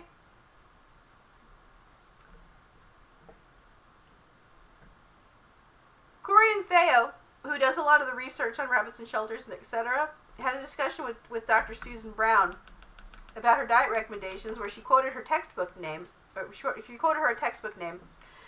Corianne And then, and I found it, by the way. I found the damn textbook, and I also found some more information. Corian then traced back the reference the House Rabbit Society and Susan Brown would use to prove the hay diet. It was a rabbit nutrition book. It's called A Practitioner's Guide to Rabbits and Ferrets, which is the paperback. It was published on January 1st, 1993 by Jeff Jenkins, author, and also Susan Brown, the co-author. Oh, well, we read this thing in this book by Jeff Jenkins, and also me. And also with you, in the name of the Father, Son, and the Holy Spirit. Amen. Okay. Self-citing bullshit. So these two authors in the House Rabbit Society used that particular book that they co-authored, and it is hard to get a copy of it. It is very hard to find a copy, and it was $45 for me to buy a copy off of Amazon, so I'm still looking for a PDF copy somewhere. To say the diet is, that's the only place the 80% hay diet with the veggies and the minimal pellet exists. That is the only place it exists. It is a self-cited BS book by Susan Brown, which is the Chicago House Rabbit Society's main veterinarian, that she wrote. That's where it comes from. Another example of self-accreditation. More bullshit. HRS does not present meta-analysis. Proper rabbit nutrition using tried and true methods precedes the ill-informed 80% hay nonsense and that only showed up when they pushed it in 1996. Pellet-based diet is not new. It's been in existence since the 1950s. Okay? I did this breakdown, and we've done this before. I would love to read this to you again, Mrs. I feed my rabbits 10 cups of... You see how big that pile of greens was? Which, by the way, it seems to just go back and verify what my mathing.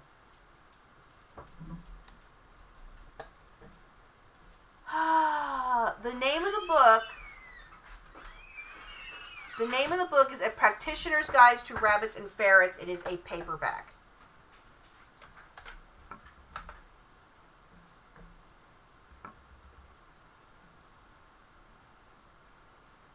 It's not that one. It's this one. It is this one. It's Practitioner's Guides to Rabbit and Ferrets. It was published by the American Animal Hospital Association in 1993. By the way, the studies that came out that nuked this theory out of the water came out in the late 90s, like 1998 through 2004. Those were the Lops studies where they went and did a deep dive into rabbit nutrition. Lops nuked this book, and the House Rabbit Society, because their staffer was one of the co-authors, refuses to update their shit.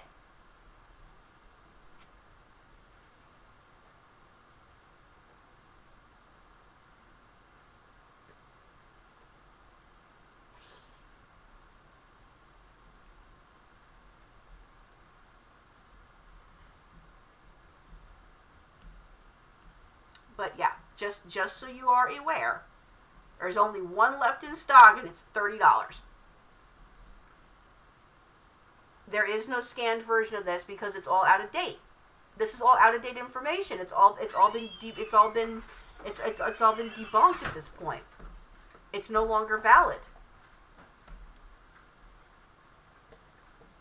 You want to read rabbit nutrition? Here, would you like me to show you some cool shit? I know you know this exists.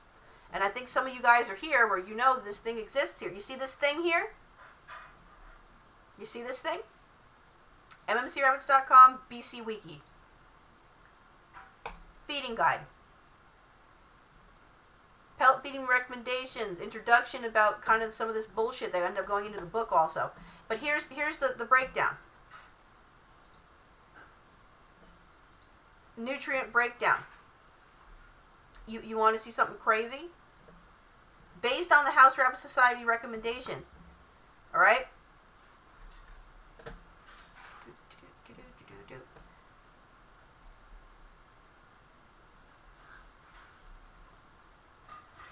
Proper rabbit nutrition is tried and true.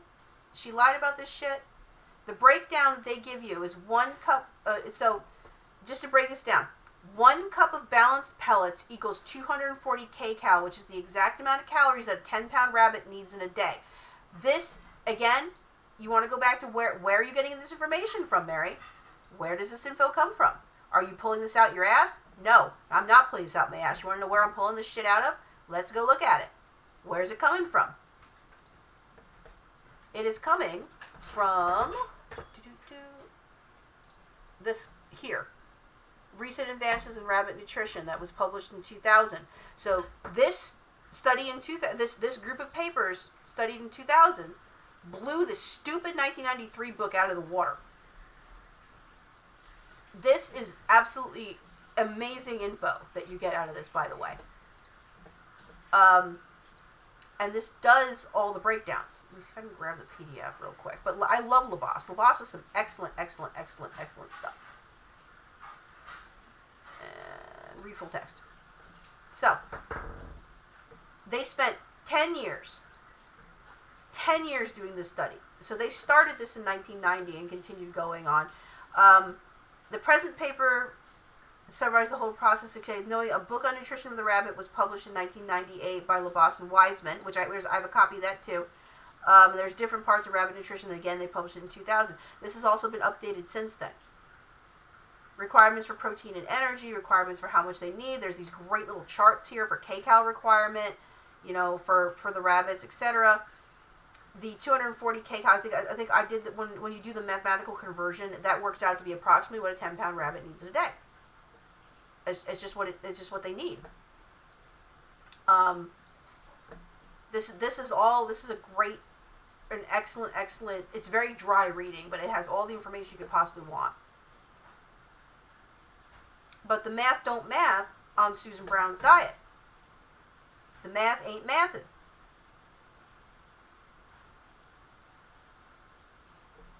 So you go back to this, because I did this whole breakdown. So 240 kcal, the exact amount of calories 10 pounds needs a day. 10-pound rabbit, approximately 8 ounce. Dwarf breed like a Holland Lop, 4 to 6 ounces. And a Netherland, 3 to 4 ounces, with 16% DM protein, the amount they need to maintain body condition, and 20% fiber, which is the correct amount of ratio they need for a healthy gut. Pellets at a 3 to 4% fat provide exactly what is needed to maintain healthy coat and skin. This is what's broken down in a single complete pellet. That's your basics. Pet rabbits fed recommended house rabbit diet by Susan Brown are often obese and flabby, constantly brittle and shedding fur. They often lack muscle tone and are wasting away and unable to hold proper condition. This is unfortunately true, and there's tons of videos on this online. You can see it all over the damn place. Yep. What was really interesting, so rabbit.org recommends 85% of the diet is hay, particularly Timothy or orchard grass, 10% vegetables, fed at 1 to 2 cups for every 4 pounds of body weight. Because they gave a mathematical number for this amount at 10%, I was able to extrapolate how much hay and how many pellets. But everything else was done in percentiles. Because you give me at least one solid number, we can solve for X. So I solved for X. When you solve for X, according to rabbit.org, a 10-pound rabbit should eat 5 cups of chopped greens, the equivalent of 2.5 pounds of salad a day. By extrapolation, a 10-pound rabbit should consume 22 pounds of hay daily to meet the 85% hay requirement. Okay? The other 5% should be pellets in order to math. That would make 8 ounces or 1 cup of pellets to meet their feeding requirements, according to what they gave as, X equals X equals a cup, equals this many cups. So if X equals 1 cup per 4 pounds, then Y equals 22 pounds of hay. Why? I still don't know, but Y equals 22 pounds of hay. What's so funny about this, though, is literally that 1 cup of pellets, is that 2040 kcal for a 10-pound rabbit, is the amount you're supposed to feed them a day in order for them to maintain proper condition. This is the weaponized autism, by the way. This is the angry weaponized autism combined with ADHD. When you hyper-focus and have the weaponized autism, you end up with this ridiculousness. So I went ahead and did further breakdowns on limited hay metrics. Then the other one was there's rabbit.org, and then there's the houserabbit.org. Because, by the way, the group split last year over all kinds of bullshit and IRS filings. So they just go unlimited hay. They don't really give you, they go a minimum of 2 cups of chopped veggies per 6 pounds. So 2 cups per 6 pounds of body weight, and a quarter cup of pellets per 6 pounds of body weight. So to translate, unlimited hay is a metric that can't be factored in this breakdown. 3.5 cups of chopped salad, or 1.75 pounds, was what ends up kind of working out to for a 10-pound rabbit, and a half a cup of pellets for 10 pounds, so 4 ounces. The 80 to 85% Timothy hay does not provide all the nutrients a rabbit requires. By the way, I did the nutrient breakdown too. I mean, if you guys really want, maybe I should just go ahead and publish this section, and you guys can, you know, you're more than welcome to have it. But then I go into further detail, like here. Like, let's figure out what the actual breakdown is if you take, you know, some decently calorie and nutrient dense leafy vegetables. So I picked kale, dandelion, spring greens, romaine, and escarole, because those had the best protein of all of them. You'd be getting a total of 8.7 grams of protein, 24 grams carb, 2.3 fat, and 109 calories. And then it suggested 1 cup of pellets. So by the time you broke all this down, the model, if a rabbit would need to eat 25 pounds of dry matter to consume 900 grams of protein, all these 1,200 carbs, 10 fat, and it equals over 7,000 calories. This is obviously unreasonable, but I'm just showing you this to illustrate how bogus this whole claim is.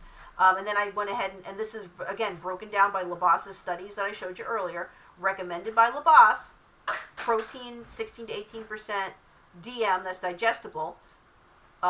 Digestible energy, so digestible matter is how much dry matter they're eating. Digestible energy is how much they can absorb from that after it's been digested. So 12 to 14% is needed in order for them to maintain. All right. By protein, a 10-pound rabbit needs to be consuming 45 to 48 grams of protein a day. Fiber needs to be 15 to 24%. I didn't have a breakdown for carbs because I couldn't find it in the study, so I'm going to have to dig into that a little bit deeper. Fat should be between 3 and 6%, with the recommendation being somewhere between 3 to 3.5. Fat by grams, that's 6.8 to 8 grams of fat.